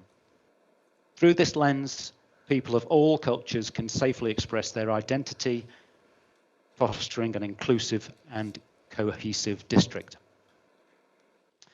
End of quote. It's my view that retaining Maori wards is the best way for this council to support the values and aspirations of Hapu, iwi and our Te Tiriti partners. Let us not forget, as a previous speaker said, that what is good for Hapu, iwi, tangata Tiriti, Māori is also good for the entire population. And I strongly beseech my colleagues around the table, elected members, to vote to retain the Maori seats as per the motion on the table. Thank you. Thank you, Councillor Holmes. Councillor Reid. Thank you, Your Worship. I think we need to move a procedural motion to take the vote, please. A procedural motion has been moved. Councillor Jovic is seconding. All those in...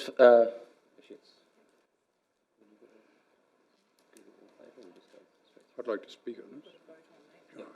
all those in favour? Could we have division, please? Division? Yep. All those in favour that the procedural motion be put is to call for a division on that. All those in favour, please raise your right hand. Councillors Jovic, Reid, Olsen, and His Worship the Mayor, and Holmes. Those against? Councillors Rooker, Peters, Mackenzie, Harding, Hulse, Golightly, Cooper, and Connop. Lost. It's been lost. Councillor Peters. Sorry, I will be quick, Councillor Reid. I just wanted to quote from two of the letters that were sent to us this last few days. And both of them were acknowledged as members of our community. I have to say there was a lot from Nungaru. So one says that he sees the council making great strides, which was very encouraging to me. And we're not always perfect, but we're always trying to do better. And I would like to continue that. The second one was from a 16-year-old young woman from Nungaru again. And yeah, just reading it made me cry because I thought, yes, this is the future. And it was again supporting Maori wards. I believe that the young woman was Maori, and I hope in 2 years' time she's voting. So that's me. Thank you. Thank you, Councillor Peters. Councillor Hulse. Thank you, Your Worship. Could I have the motion read out, please? The motion is, as it states here, retains the Whangarei District Council Maori Ward for the 2025 local elections and conducts a binding poll alongside the 2025 local election and determine whether Maori wards will be in place in the 2024, 2028 and 2031 local elections. Thank you. Thank you for doing that. So I'm going to come from a bit of a different perspective here, and mine's based on experience around a council table. And, you know, first thing we've got to do as a council is actually blend in whatever government's in power. And governments will do what they like because we've got no control of the way they're going to vote. We can try and influence them. So I was represented this council along with Councillor Harding to put our submission into the Justice, our Select Committee. And we were able to speak to that committee in all honesty. This is before the vote of the government to proceed. And so we spoke very, very strongly about how we've set up our Maori relationship team and what we're trying to achieve in Northland. One thing that the ward issue actually was probably in my mind secondary to our Te Kare area committee. Because in Te Kare area, we explained in depth about how much we've appreciated going on to Marai's every second month, how much input we've had from our Maori members of Te Kare area, but more importantly, how well skill-based the members of Te Kare area are now.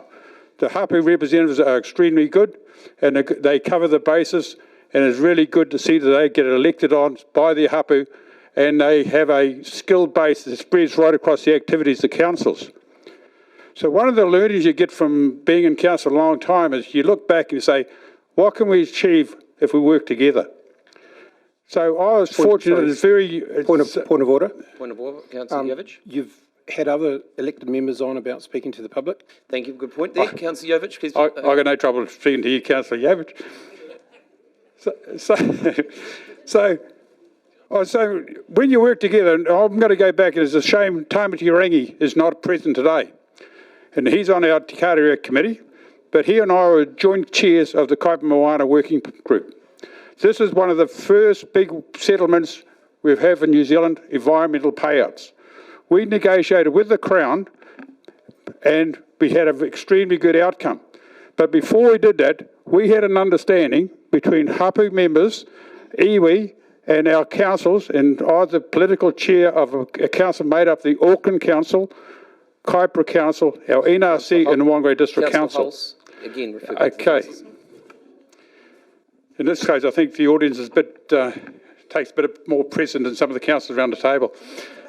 But anyway, in saying that, we went out to get the best possible outcome we could for Northland, all right? So we got out $100 million from the government, never been done before. But better still, we got $10 million more from the Auckland Council and 10 from the Regional Council. That was achieved by working together. What we've done in Te Kara area is we're getting a skill base up there that is now challenging what we do as council, and that should be applauded. So we've come a long way. But I also want to say something else.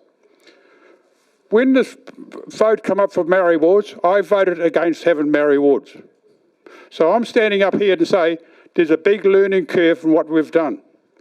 The steps we've taken is absolute credit to this council and our hapu members and our wider community. We've done some amazing things, but this is just the start. His Worship the Mayor and I sit on it and now represent Whangarei on Northland Inc. We need Whangarei to be strong. We need to show the rest of Northland we're up to working together, show unity, and we're going to deliver some really good things for Northland. But we can't do it alone, and we must do it together. And so I have moved my position, but I enjoy working with the group we've got. I enjoy the new blood we get around the table every election. But what I admire is the 2 ward councillors we've got in here at Maori Ward.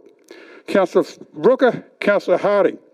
Had they came in here and been agitators, I might have had a different view. But what they've done is taken their time to bed themselves in, and they are now in all the discussions across council's committees. They've got a tremendous understanding how we are doing things at council and able to feed that back to their wider hapu groups through Te Kara and Te Hunga. So that is working very well. But this is the start of the ride. Let's see what we can achieve in the next couple of years, because that's the test. I'm up for it.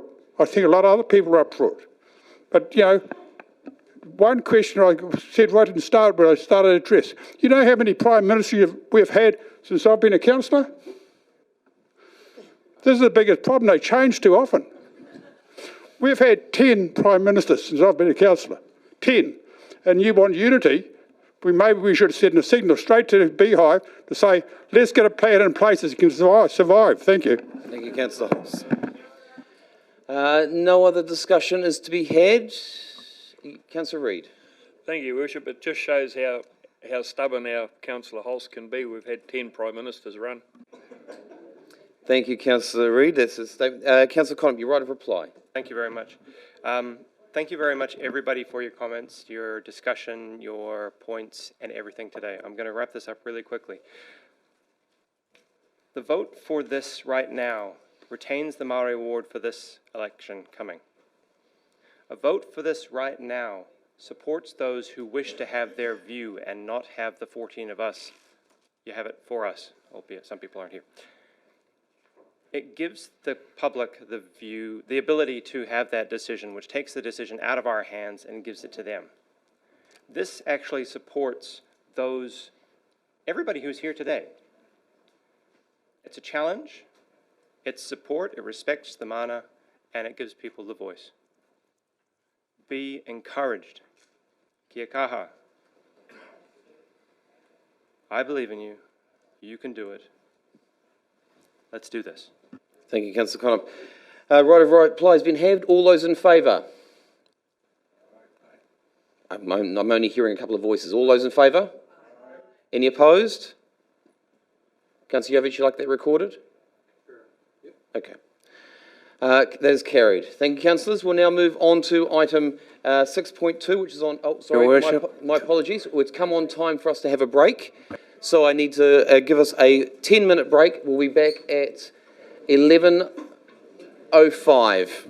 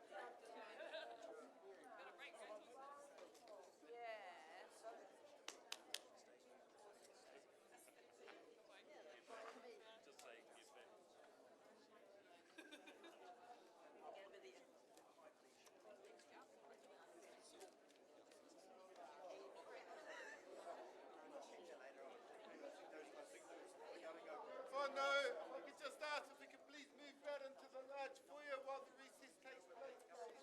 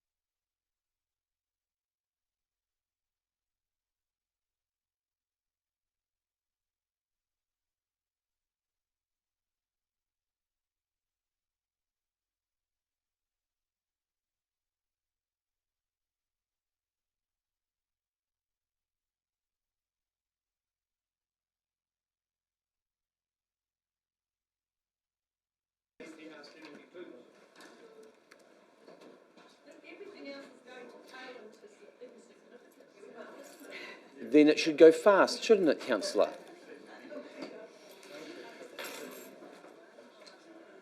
1, 2, 3, 4, 5, 6. I need some more councillors. 7.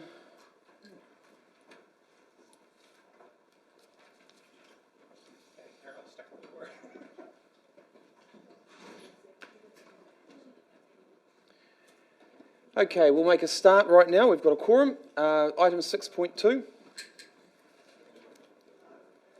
which is the proposed temporary road closure for Whangarei Fireworks Spectacular. Do I have a move for that? Councillor Olsen was first. Councillor Reid was second. Could you read that motion out, please, councillor? Thank you, Your Worship. Right. Recommendation that Whangarei District Council approves the proposal to the temporary close the following roads to ordinary traffic for the Whangarei Fireworks Spectacular on the following date in accordance with the Transport Vehicular Traffic Road Closure Regulations 1965. Saturday, the 2nd of November 2024, Okara Drive from the roundabout at Okara Drive and Porowini Ave to the roundabout Okara Drive and Port Road. Period of closure is going to 2 p.m. to 10 p.m. And 2, approves the proposal to temporarily close the side roads off the roads to be closed for up to 100 metres from the intersection for safety purposes.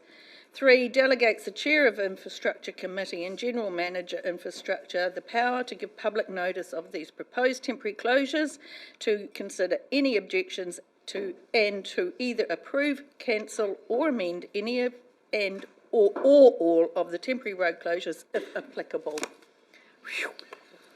Now it has been seconded, councillor. While you take your breath, would you like to speak to it, or are you fine with the way it is? I'll reserve till the end, thank you. Okay. Any other discussion, councillors? No other discussion, you're right to reply, councillor. I just think that I know that there's a lot of objection, in the public around animal safety and that, but what this brings to the public. I have 2 grandchildren who love going to this, so for the reasons of what it brings to the community, I recommend that we run. Thank you, councillor. The right of reply has been had. All those in favour? Any opposed? Carried. Thank you, councillors. We'll now move on to item 6.3 on page 91. Thank you for turning up, Councillor Ruka. Councillor Peters, you're moving this. And seconding is... I'll second that then. Councillor Peters, would you like to read that? That Whangarei District Council approves the proposal to temporarily close the following roads to ordinary traffic for the Vulcan Wardrobe event on the following day in accordance with the Transport Vehicular Traffic Road Closure Regulations 1965. Saturday, the 19th of October 2024, Butter Factory Lane, from number 10 Butter Factory Lane to number 12 Butter Factory Lane. Period of closure 6 a.m. to 5 p.m. 2, approves the proposal to temporarily close the side roads off the road to be closed for up to 100 metres from the intersection for safety purposes. Number 3, delegates to the Chair of the Infrastructure Committee and General Manager Infrastructure the power to give public notice of these proposed temporary closures, to consider any objections and either approve, cancel or amend any or all of the temporary road closures if applicable. Thank you, councillor. I just want to make one question on there. You said 6 a.m. It's 7 a.m. Did So I say 6? you're happy with the way the motion's written there? Yeah, Thank you. 7 a.m. Sorry, Yeah. apologies for that. It's okay.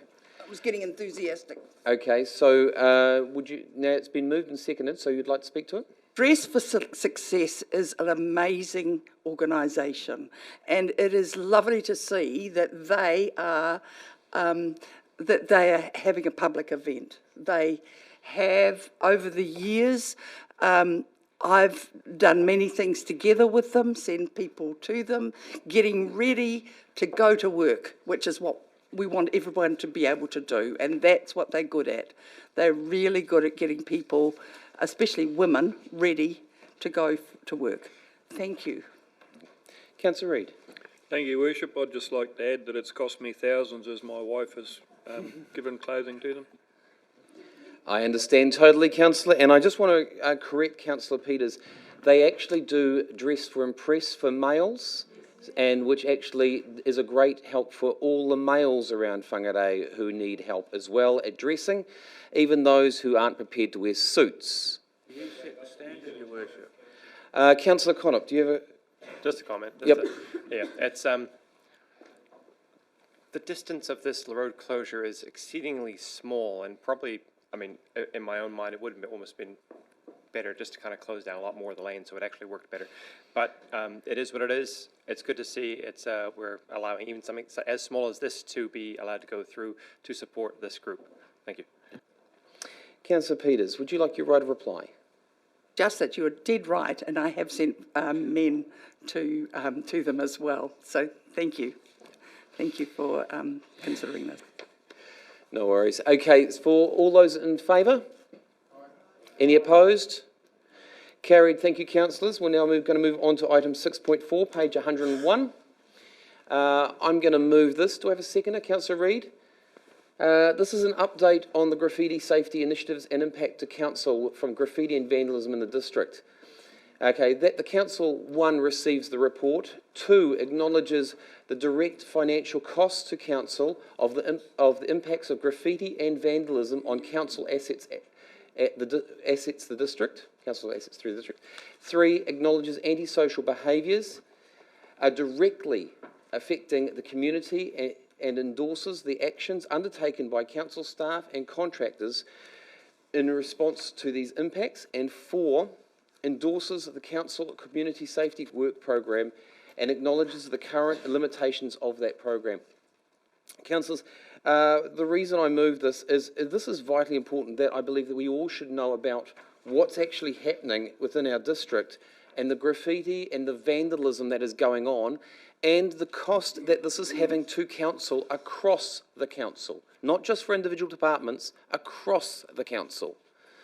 You know, from our parks department, having someone doing burnouts on the grass, through to our buildings where they're trying to clean off the graffiti after a mad spray of someone taking a spray can from somewhere. These are horrendous in costs for our district, and they are increasing.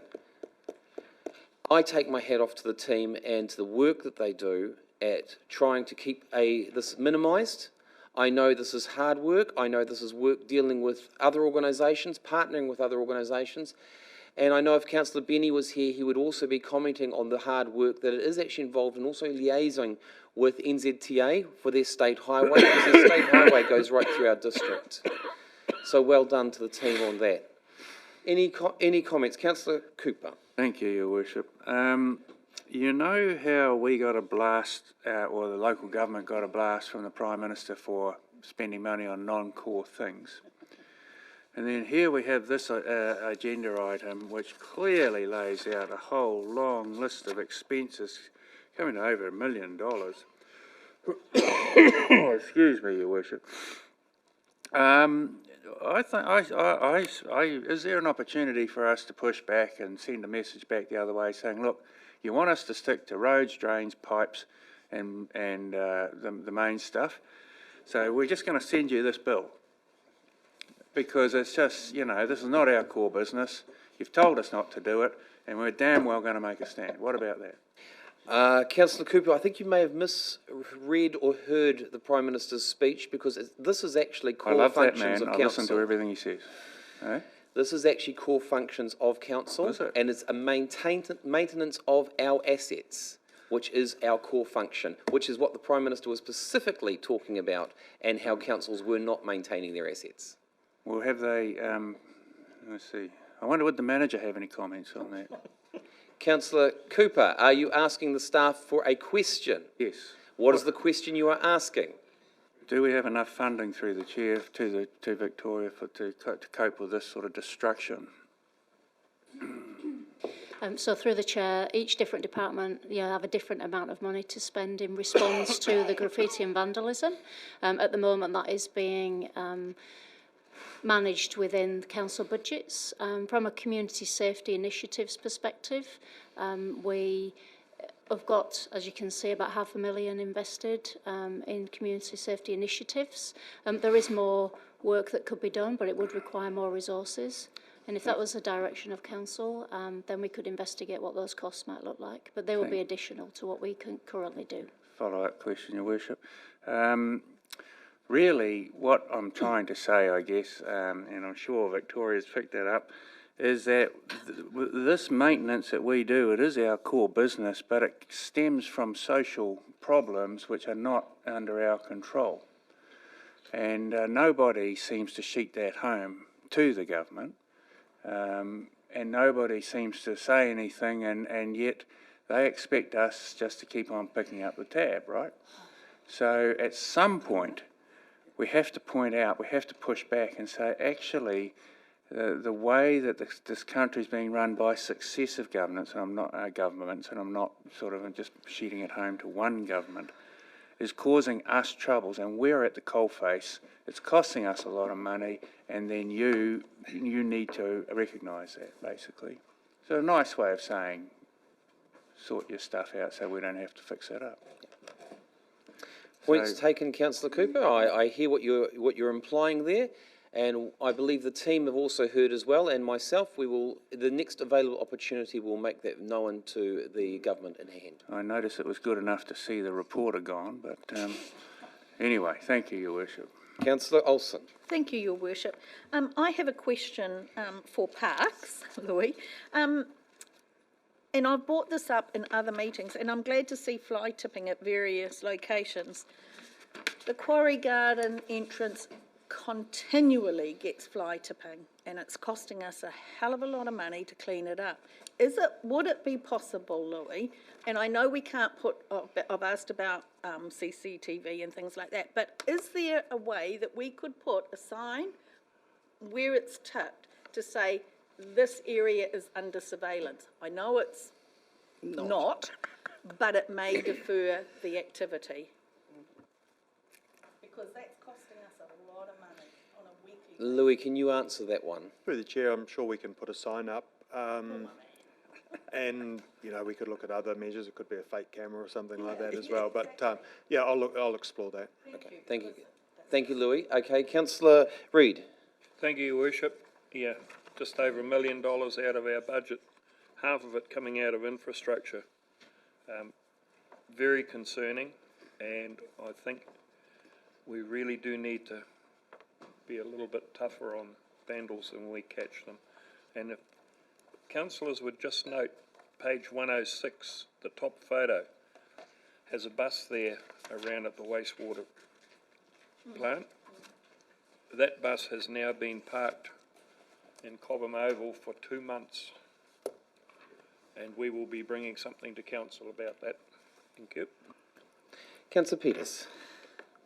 I support Councillor Reid's comments, and I wonder, with all the expense that it is, why we can't actually increase the fines for fly tipping. And that's my. Yeah. So that question's probably going to go to Jim in relation to, are we able to increase the cost? Because I believe we can't, can we? Through the chair, I'm not aware of the situation with regards to increasing the fines. I guess it's something that we would have to run through an annual plan process or similar. The other side to this is whether it would actually stop it in terms of the people who are doing the fly tipping and whether their ability to pay in those situations. But Louis might be able to add to that. Okay. Yes, through the chair, I'm not actually sure myself whether we can increase the fine. There may be some legislation or something that restricts what we can actually fine. But in the time I've been here, we've managed to catch one person. It's the catching the people that's the hard part. We sometimes get some intel, and we have actively pursued people and issued infringements to those we've caught, but it's very few and far between. You know, a lot of it's done in the dead of night when nobody sees. Thank you, Louis, and I appreciate that. And you are right, there is some parts of legislation involved in that, and which is what we have actually petitioned the government on as well, so just to highlight that. No other discussion, no other points. What I will say is, look, team, you're doing an amazing job trying to recover costs. I know it's very, very hard. Working with the police is one of the biggest parts that you're going to be playing with. And I do, how the camera stuff is, you're still taking photos of all the graffiti? Through the chair, yes, we have a stop tags database which our council contractors are using. We're intending to supply more iPads for the contractors to, additional contractors to upload into the database. Thank you very much. And we get the reports during the community development reports as well, and also through the infrastructure report. So it's great to have that. So thank you, team. Well done. Keep on the good work, and keep trying to make our district look safe and secure. Thank you. All those in favour? Any opposed? Carried. Thank you, councillors. We'll now move on to item 6.5, page 111, the alcohol control bylaw statement of proposal. Do I have a mover for that one? Councillor Peters, Councillor Connop. Councillor Peters, you'd like to read that, please? That council determines that the proposed amended alcohol control bylaw, the bylaw included in attachment 1, A, is the most appropriate form of bylaw, B, does not give rise to any applications under and is not inconsistent with the New Zealand Bill of Rights Act 1992. 2, adopts the statement of proposal, attachment 1, including the proposed amended bylaw and the alcohol ban area and operative times as per option 2 for public consultation.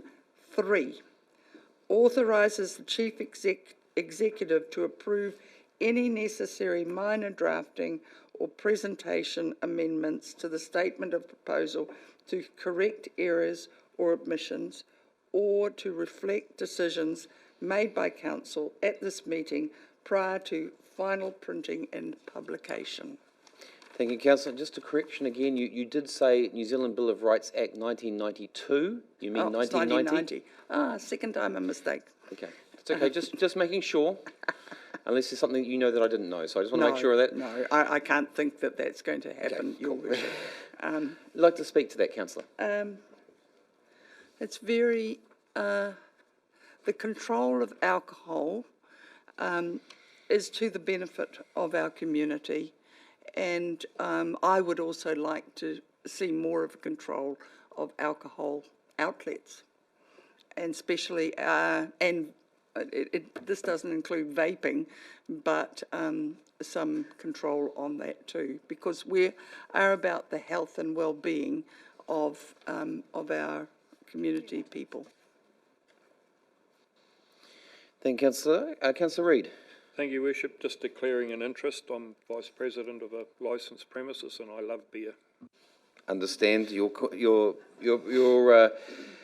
interest has been taken note of. Councillor Connop. Thank you. It's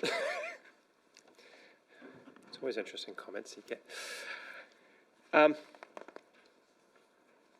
This is an interesting one because to be able to actually control it is very difficult.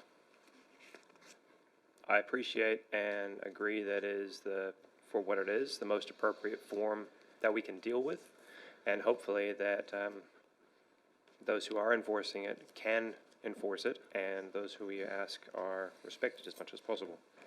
It is good that we have got some modifications being put forward to be able to be discussed, and so there's no blanket bans type thing, and the adjustments to be looked at, and I look forward to seeing it on seeing further of this once it comes back to us. Thank you, Councillor Con. Councillor Peters, would you like right of reply?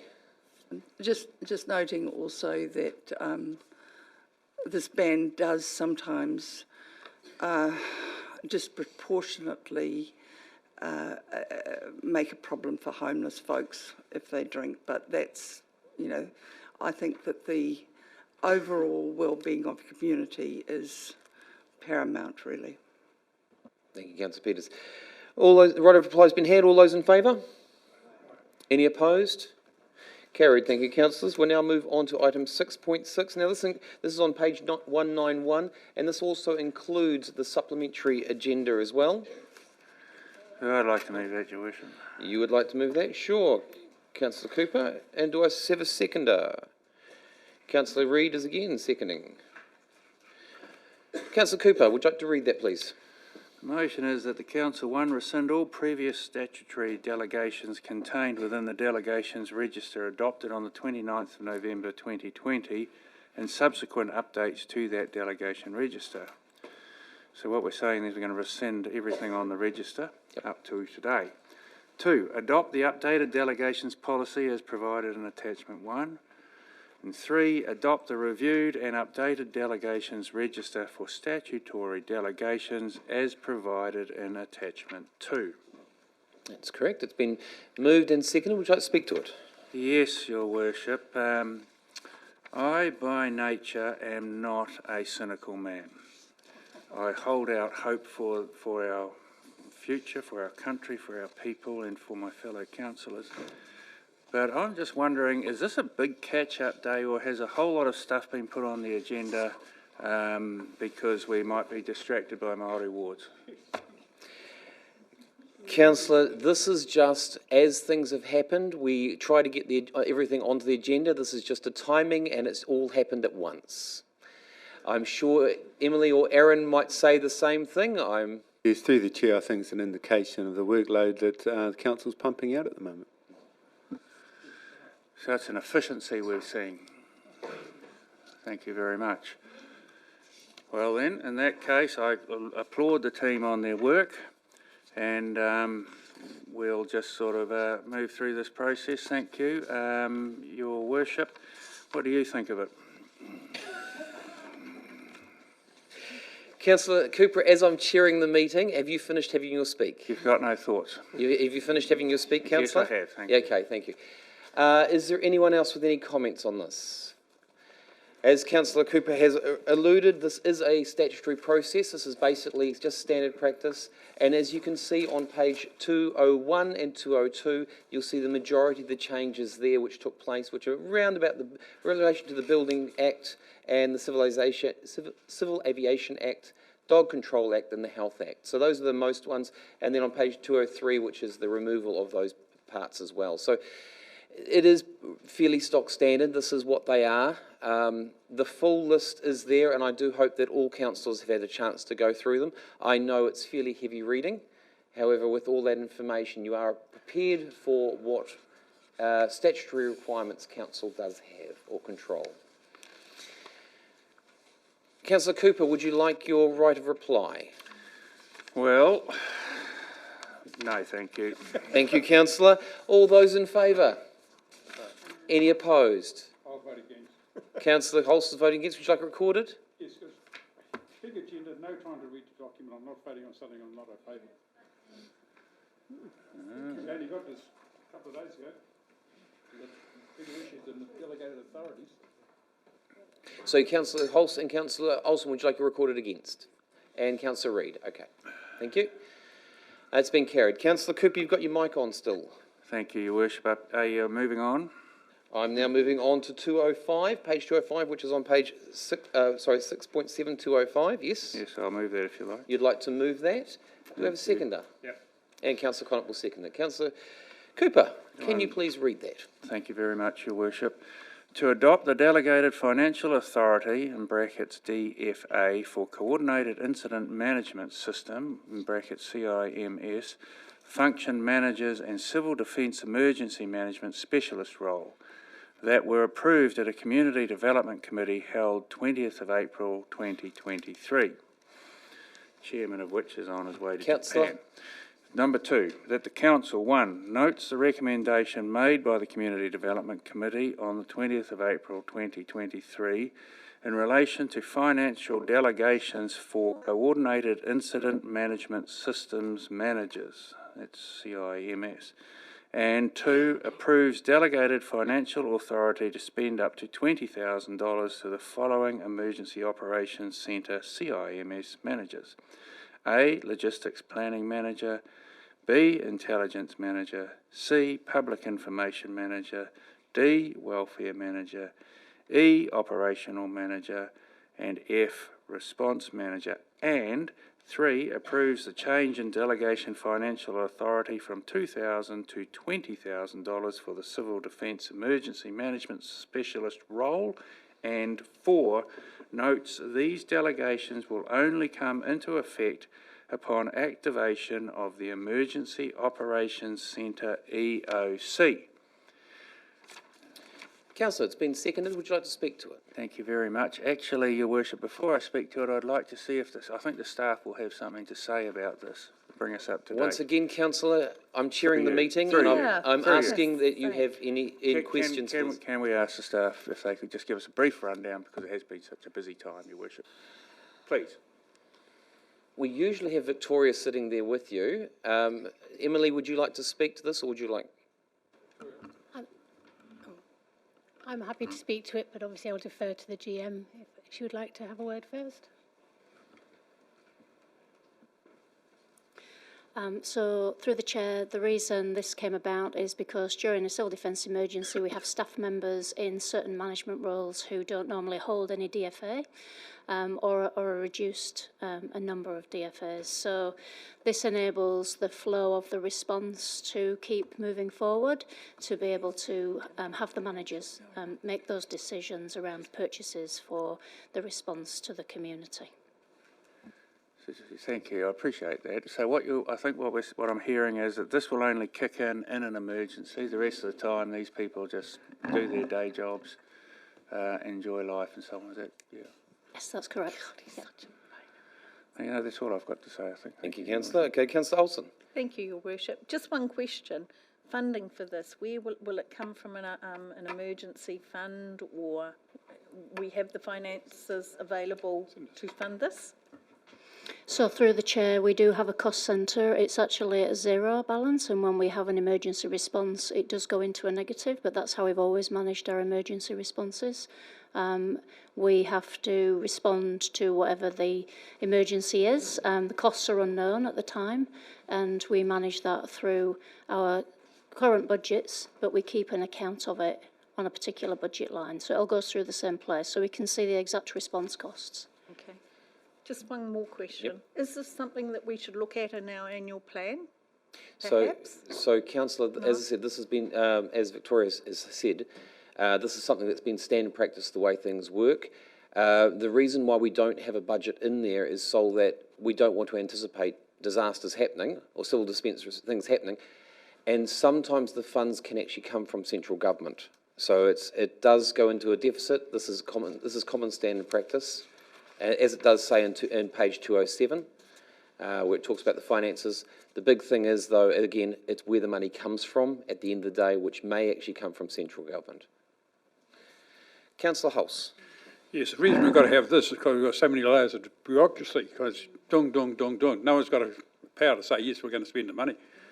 But anyway, on a positive note, I think every councillor needs to come in here when we've got emergency on, go and visit the room upstairs.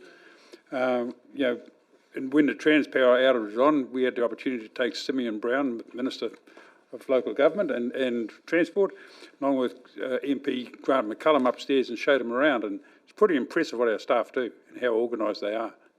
It's one of the probably unsung hero stories we've got about our council is very well protected, and the staff really take it seriously, and so they should. But so I'd encourage, if we do get in something on, go and experience what they do for us. And our ratepayers should be well pleased with the measures we've got in place to protect them. Thank you. Yeah, good point there, Councillor Hulse. Absolutely. The team are an amazing group that work behind the scenes, and when we had the Cyclone Gabriel, when they took over the chambers, it was amazing. You're absolutely right about that, and that's well done to the team on that respect. Councillor Cooper, would you like your right of reply? I just echo Councillor Hulse's words that the team were magnificent through Cyclone Gabriel, and it's great to know that they're there, so thank you. Right of reply has been had. All those in favour? Any opposed? Carried. Thank you, councillors. And it's good to see Councillor Holmes is back online. Councillor Reid, would you like to move this one? Thank you, Your Worship. And I'll second it for you. Thank you. 2, notes that the Council, 1, notes the report, 2, notes updated information regarding the Local Waters Government Water Services Preliminary Arrangements Bill. And through you, Your Worship, perhaps our CE might give us a quick update. Thank you. I was happily going to hand that across to him at that point, and thank you for asking that. Thank you. The government over the last couple of months in particular has released a significant amount of information in regards to local water done well. I've provided that to you in a previous agenda item. This provides the latest information that was available at the time the agenda went out, and is intended to provide information around the timeframes that the government's working around and for local government to work around. And as a result of providing this information, we will be bringing forward workshops and briefings in the local water done well space to make sure that the councillors have their input into that as we put all the information together. Earlier this week, the Local Government Water Services Preliminary Arrangements Bill passed its third reading, and we understand that it should actually finish its process completely by the end of next week and be enacted. When that happens, though, the templates that I've mentioned previously and additional information will be made available to local government. And also there are some webinars that are being prepared and proposed for early September. Those webinars are for those that are involved in putting together the water services plan, but are also available for the councillors and mayors around the country to also sit in to be briefed and updated on exactly how that's going to be rolled out over the next 12 to 14 months. So it's a moving at reasonable pace at this point in time. I'm intending, as I've said before, to make sure I keep council up to speed with everything, and I look forward to working with the council in workshops moving forward.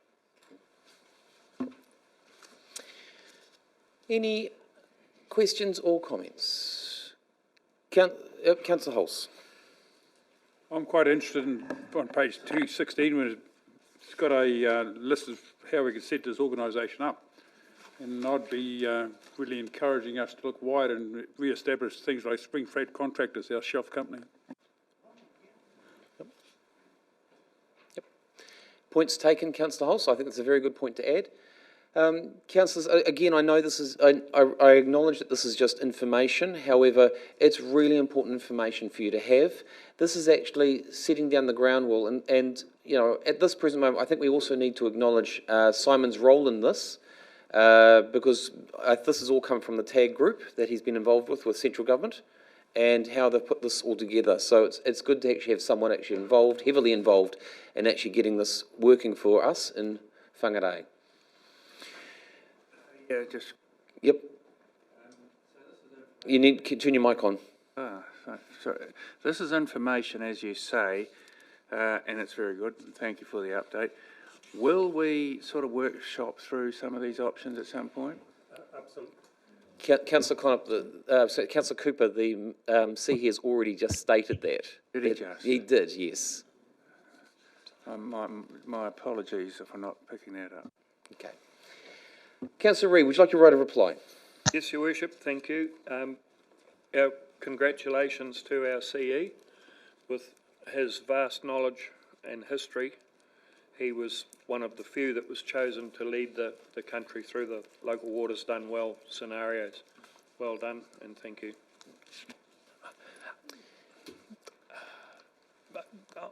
I would just like to point out that the TAG group were there to help support DIA, who put this information together, and there were a number of us there. Thank you.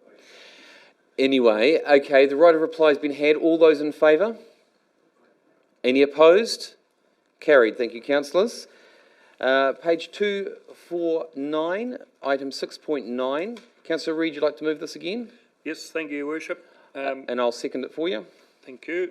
Number 2, notes that the Council, 1, on 23 November 2023, Council approved notification of Council's intention to revoke the reserve status of Lot 1 DP 427274 as the land is no longer required for water supply purposes.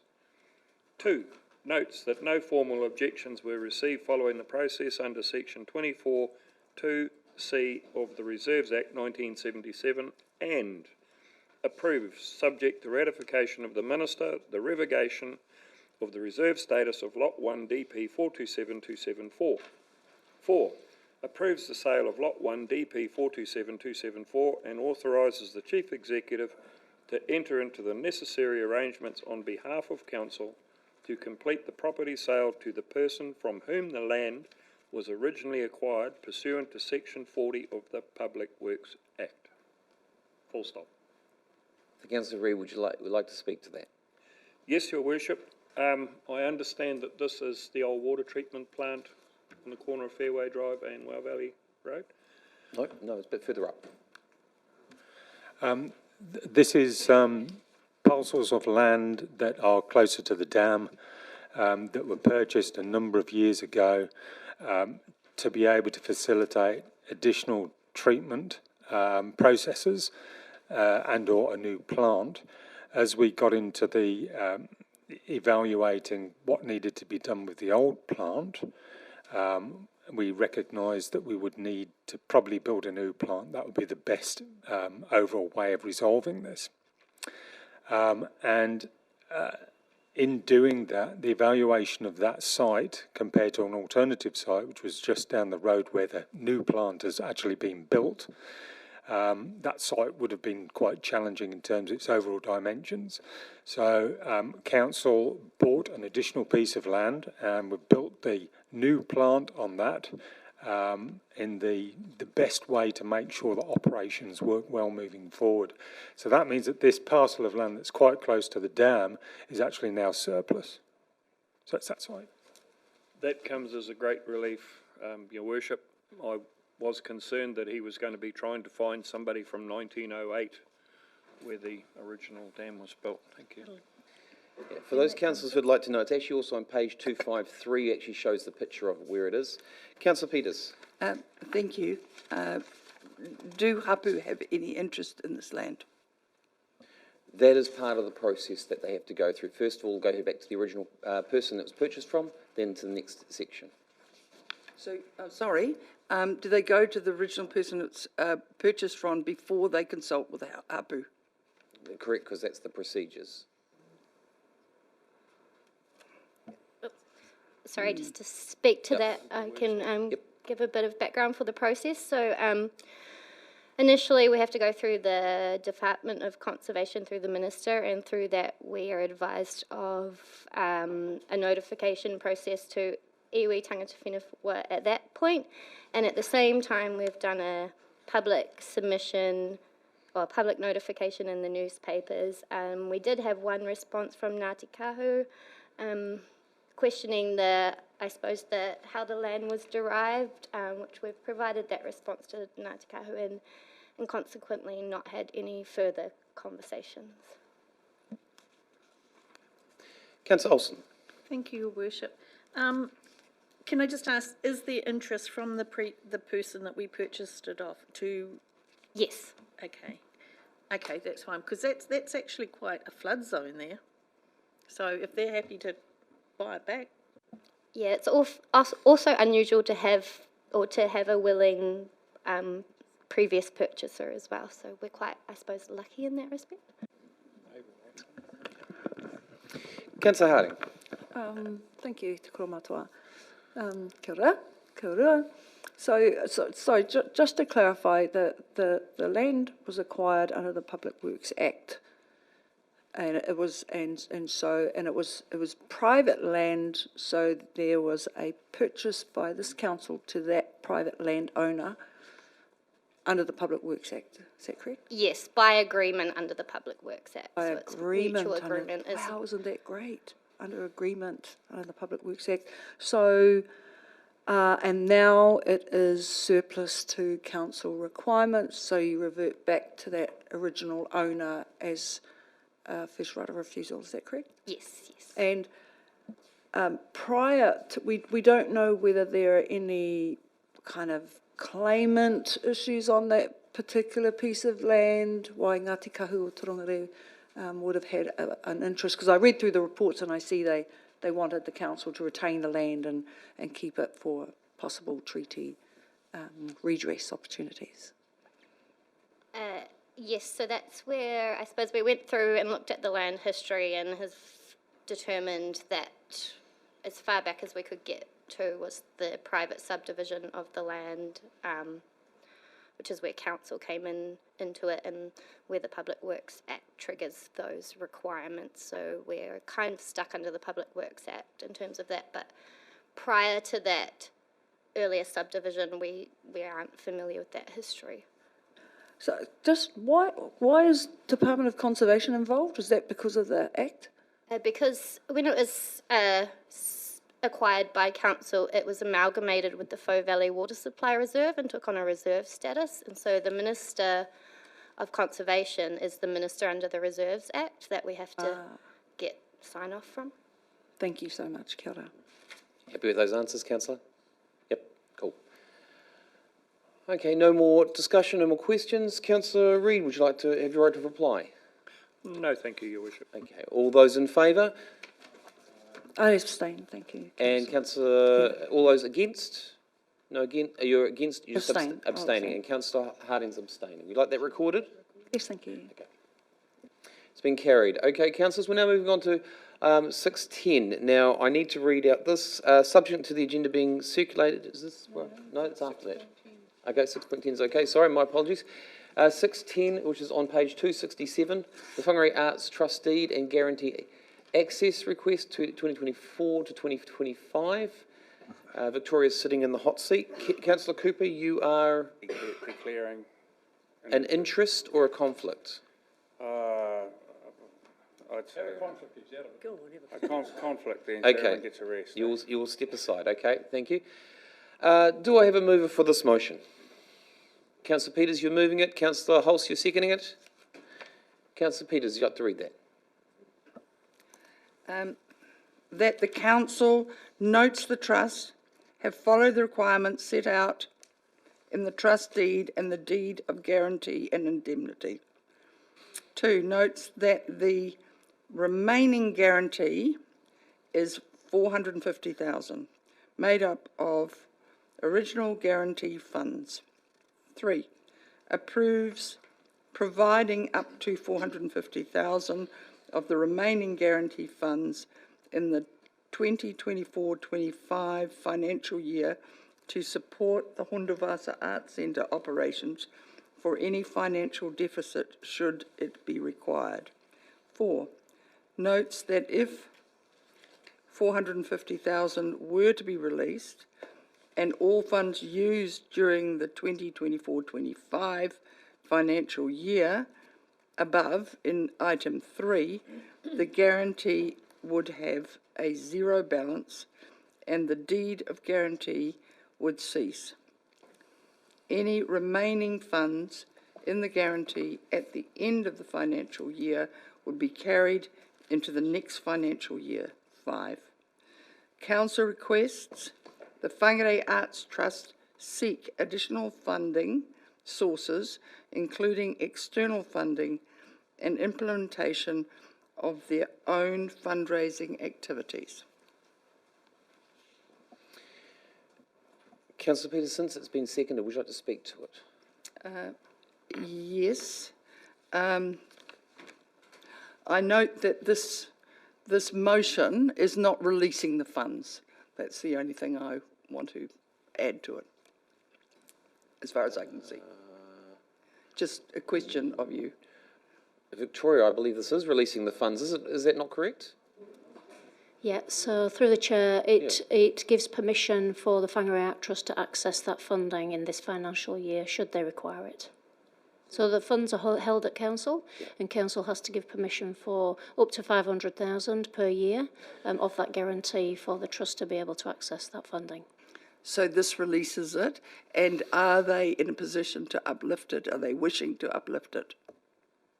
At this stage, through the chair, they're not expecting to do it in this side of the financial year. It's usually towards the end of a financial year that they have a better idea whether they'll require it or not. Thank you. So just for clarification, just so you heard, Victoria, these are funds that are being released by council into the trust for them to deal with, and that clears council's books, so the money's not in our books anymore. Correct? No, she's going to correct me on that one. Through the chair, so we hold that money in a council account, and the trust can request it to be transferred to them when they need it, but they need council's permission to be able to make that request. Okay. All clarification on that now? Excellent. Councillor Peters, you didn't really speak to it. Are you happy to go as it is? Okay. It is. Councillor Hulse. The obvious question is what next? Because this gives us permission to clear out the bank account, and the guarantees we've put in place probably last 10 years, now it's probably in year 3, and they've been evaporated. So what is next? Because could someone answer that question? So councillor, just to highlight, on item 5 there, of that, clearly makes it very clear from council's situation that we are expecting them to do external fundraising. Your Worship, why I bring this up, I've in my former life was the chairman of the Northern Event Centre Trust, and alongside Councillor Harding and Councillor Benny. And we, at that stage, were funded by grants from council. And the way we turned it around was, I, as chair, went and had a meeting with our CEO and said, take away our grant money. Why we did that, because we deliberately want to take it so it was acting, people see that as a crutch and they lean on it. So we took that grant money away from the council, saved council over 130,000 a year, and we looked at the business and we found ways to fill that void. And if it hadn't been for COVID, we got within 19,000 of breaking even by refocusing ourselves. That's without that council grant. And I think that's the type of thinking we need now. We've done it with councillors involved, but this year you can just see the same requests coming because what's changed? Look, Points taken, Councillor Hulse. We do need to acknowledge the NECT does actually receive a grant regularly from council, and I do acknowledge what you are referring to and making it stand on its own 2 feet. Hence the reason why item 5 is there. Victoria, have you got anything else to add to that? Yes, so through the chair, this guarantee would support the trust this financial year should they need it, and then through the long-term plan we're providing an additional amount in the funding grant to the Whangarei Art Trust for the following 2 years, and that was the decision of council to help the trust get into a position where they could try be self-sustaining moving forward from about mid-2027. Councillor Olsen, I'll come to you, and we might come back to Councillor Hulse with a question, okay? Councillor Olsen? Yes, thank you, Your Worship. So yes, they're requesting that they can, we give this money. And my concern is around number 5, that we request the Art Trust to seek additional funding sources. We've asked them to do that, and yet they're still seeking money from us. What does that tell us? That their endeavours have failed? And I just, as Councillor Hulse says, when is enough enough, sort of? When is this going to stop? That's my concern. And this is costing ratepayers. Victoria, I think you're going to you turn around and say, you're going to say that this money's actually was put in an account for them, so it's not actually council money. Is that correct, Victoria? You were saying that? Yep, through the chair, that's correct. Yeah. So I attend the monthly board meetings, and they have started doing some fundraising, but also applying for external funding, just small amounts at this stage. Last year, the trust used, council gave approval of up to 500,000 last year for the trust to access the guarantee. At the end of the financial year, they'd used approximately 300,000 of that, so not the whole amount, which is why there's 450,000 left for this financial year. If the trust don't anticipate at this stage they would need the full 450,000, in which case the remaining funds, whatever that might be, will be carried over.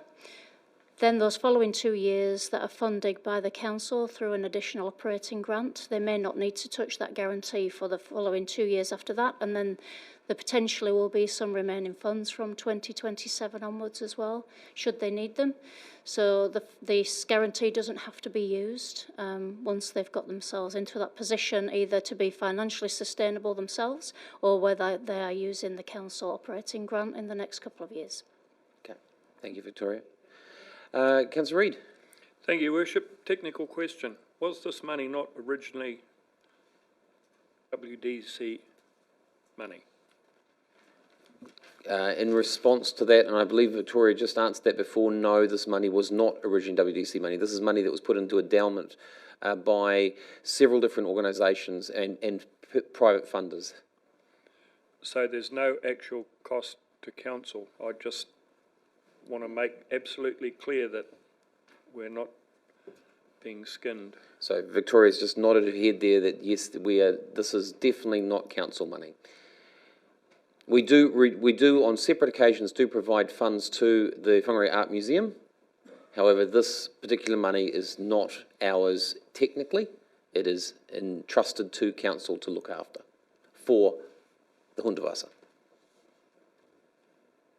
Okay. As Councillor Peters is not here for her right of reply, all those in favour? Division, please. Division's been called by Councillor Jovich. All those in favour, please raise your right hand. Councillors Rooker, McKenzie, Harding, Connop, His Worship the Mayor, Go Lightly. Yeah.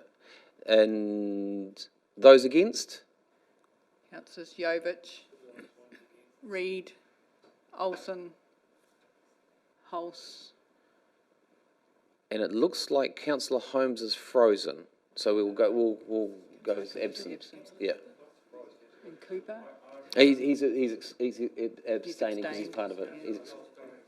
Yeah. So that's been carried.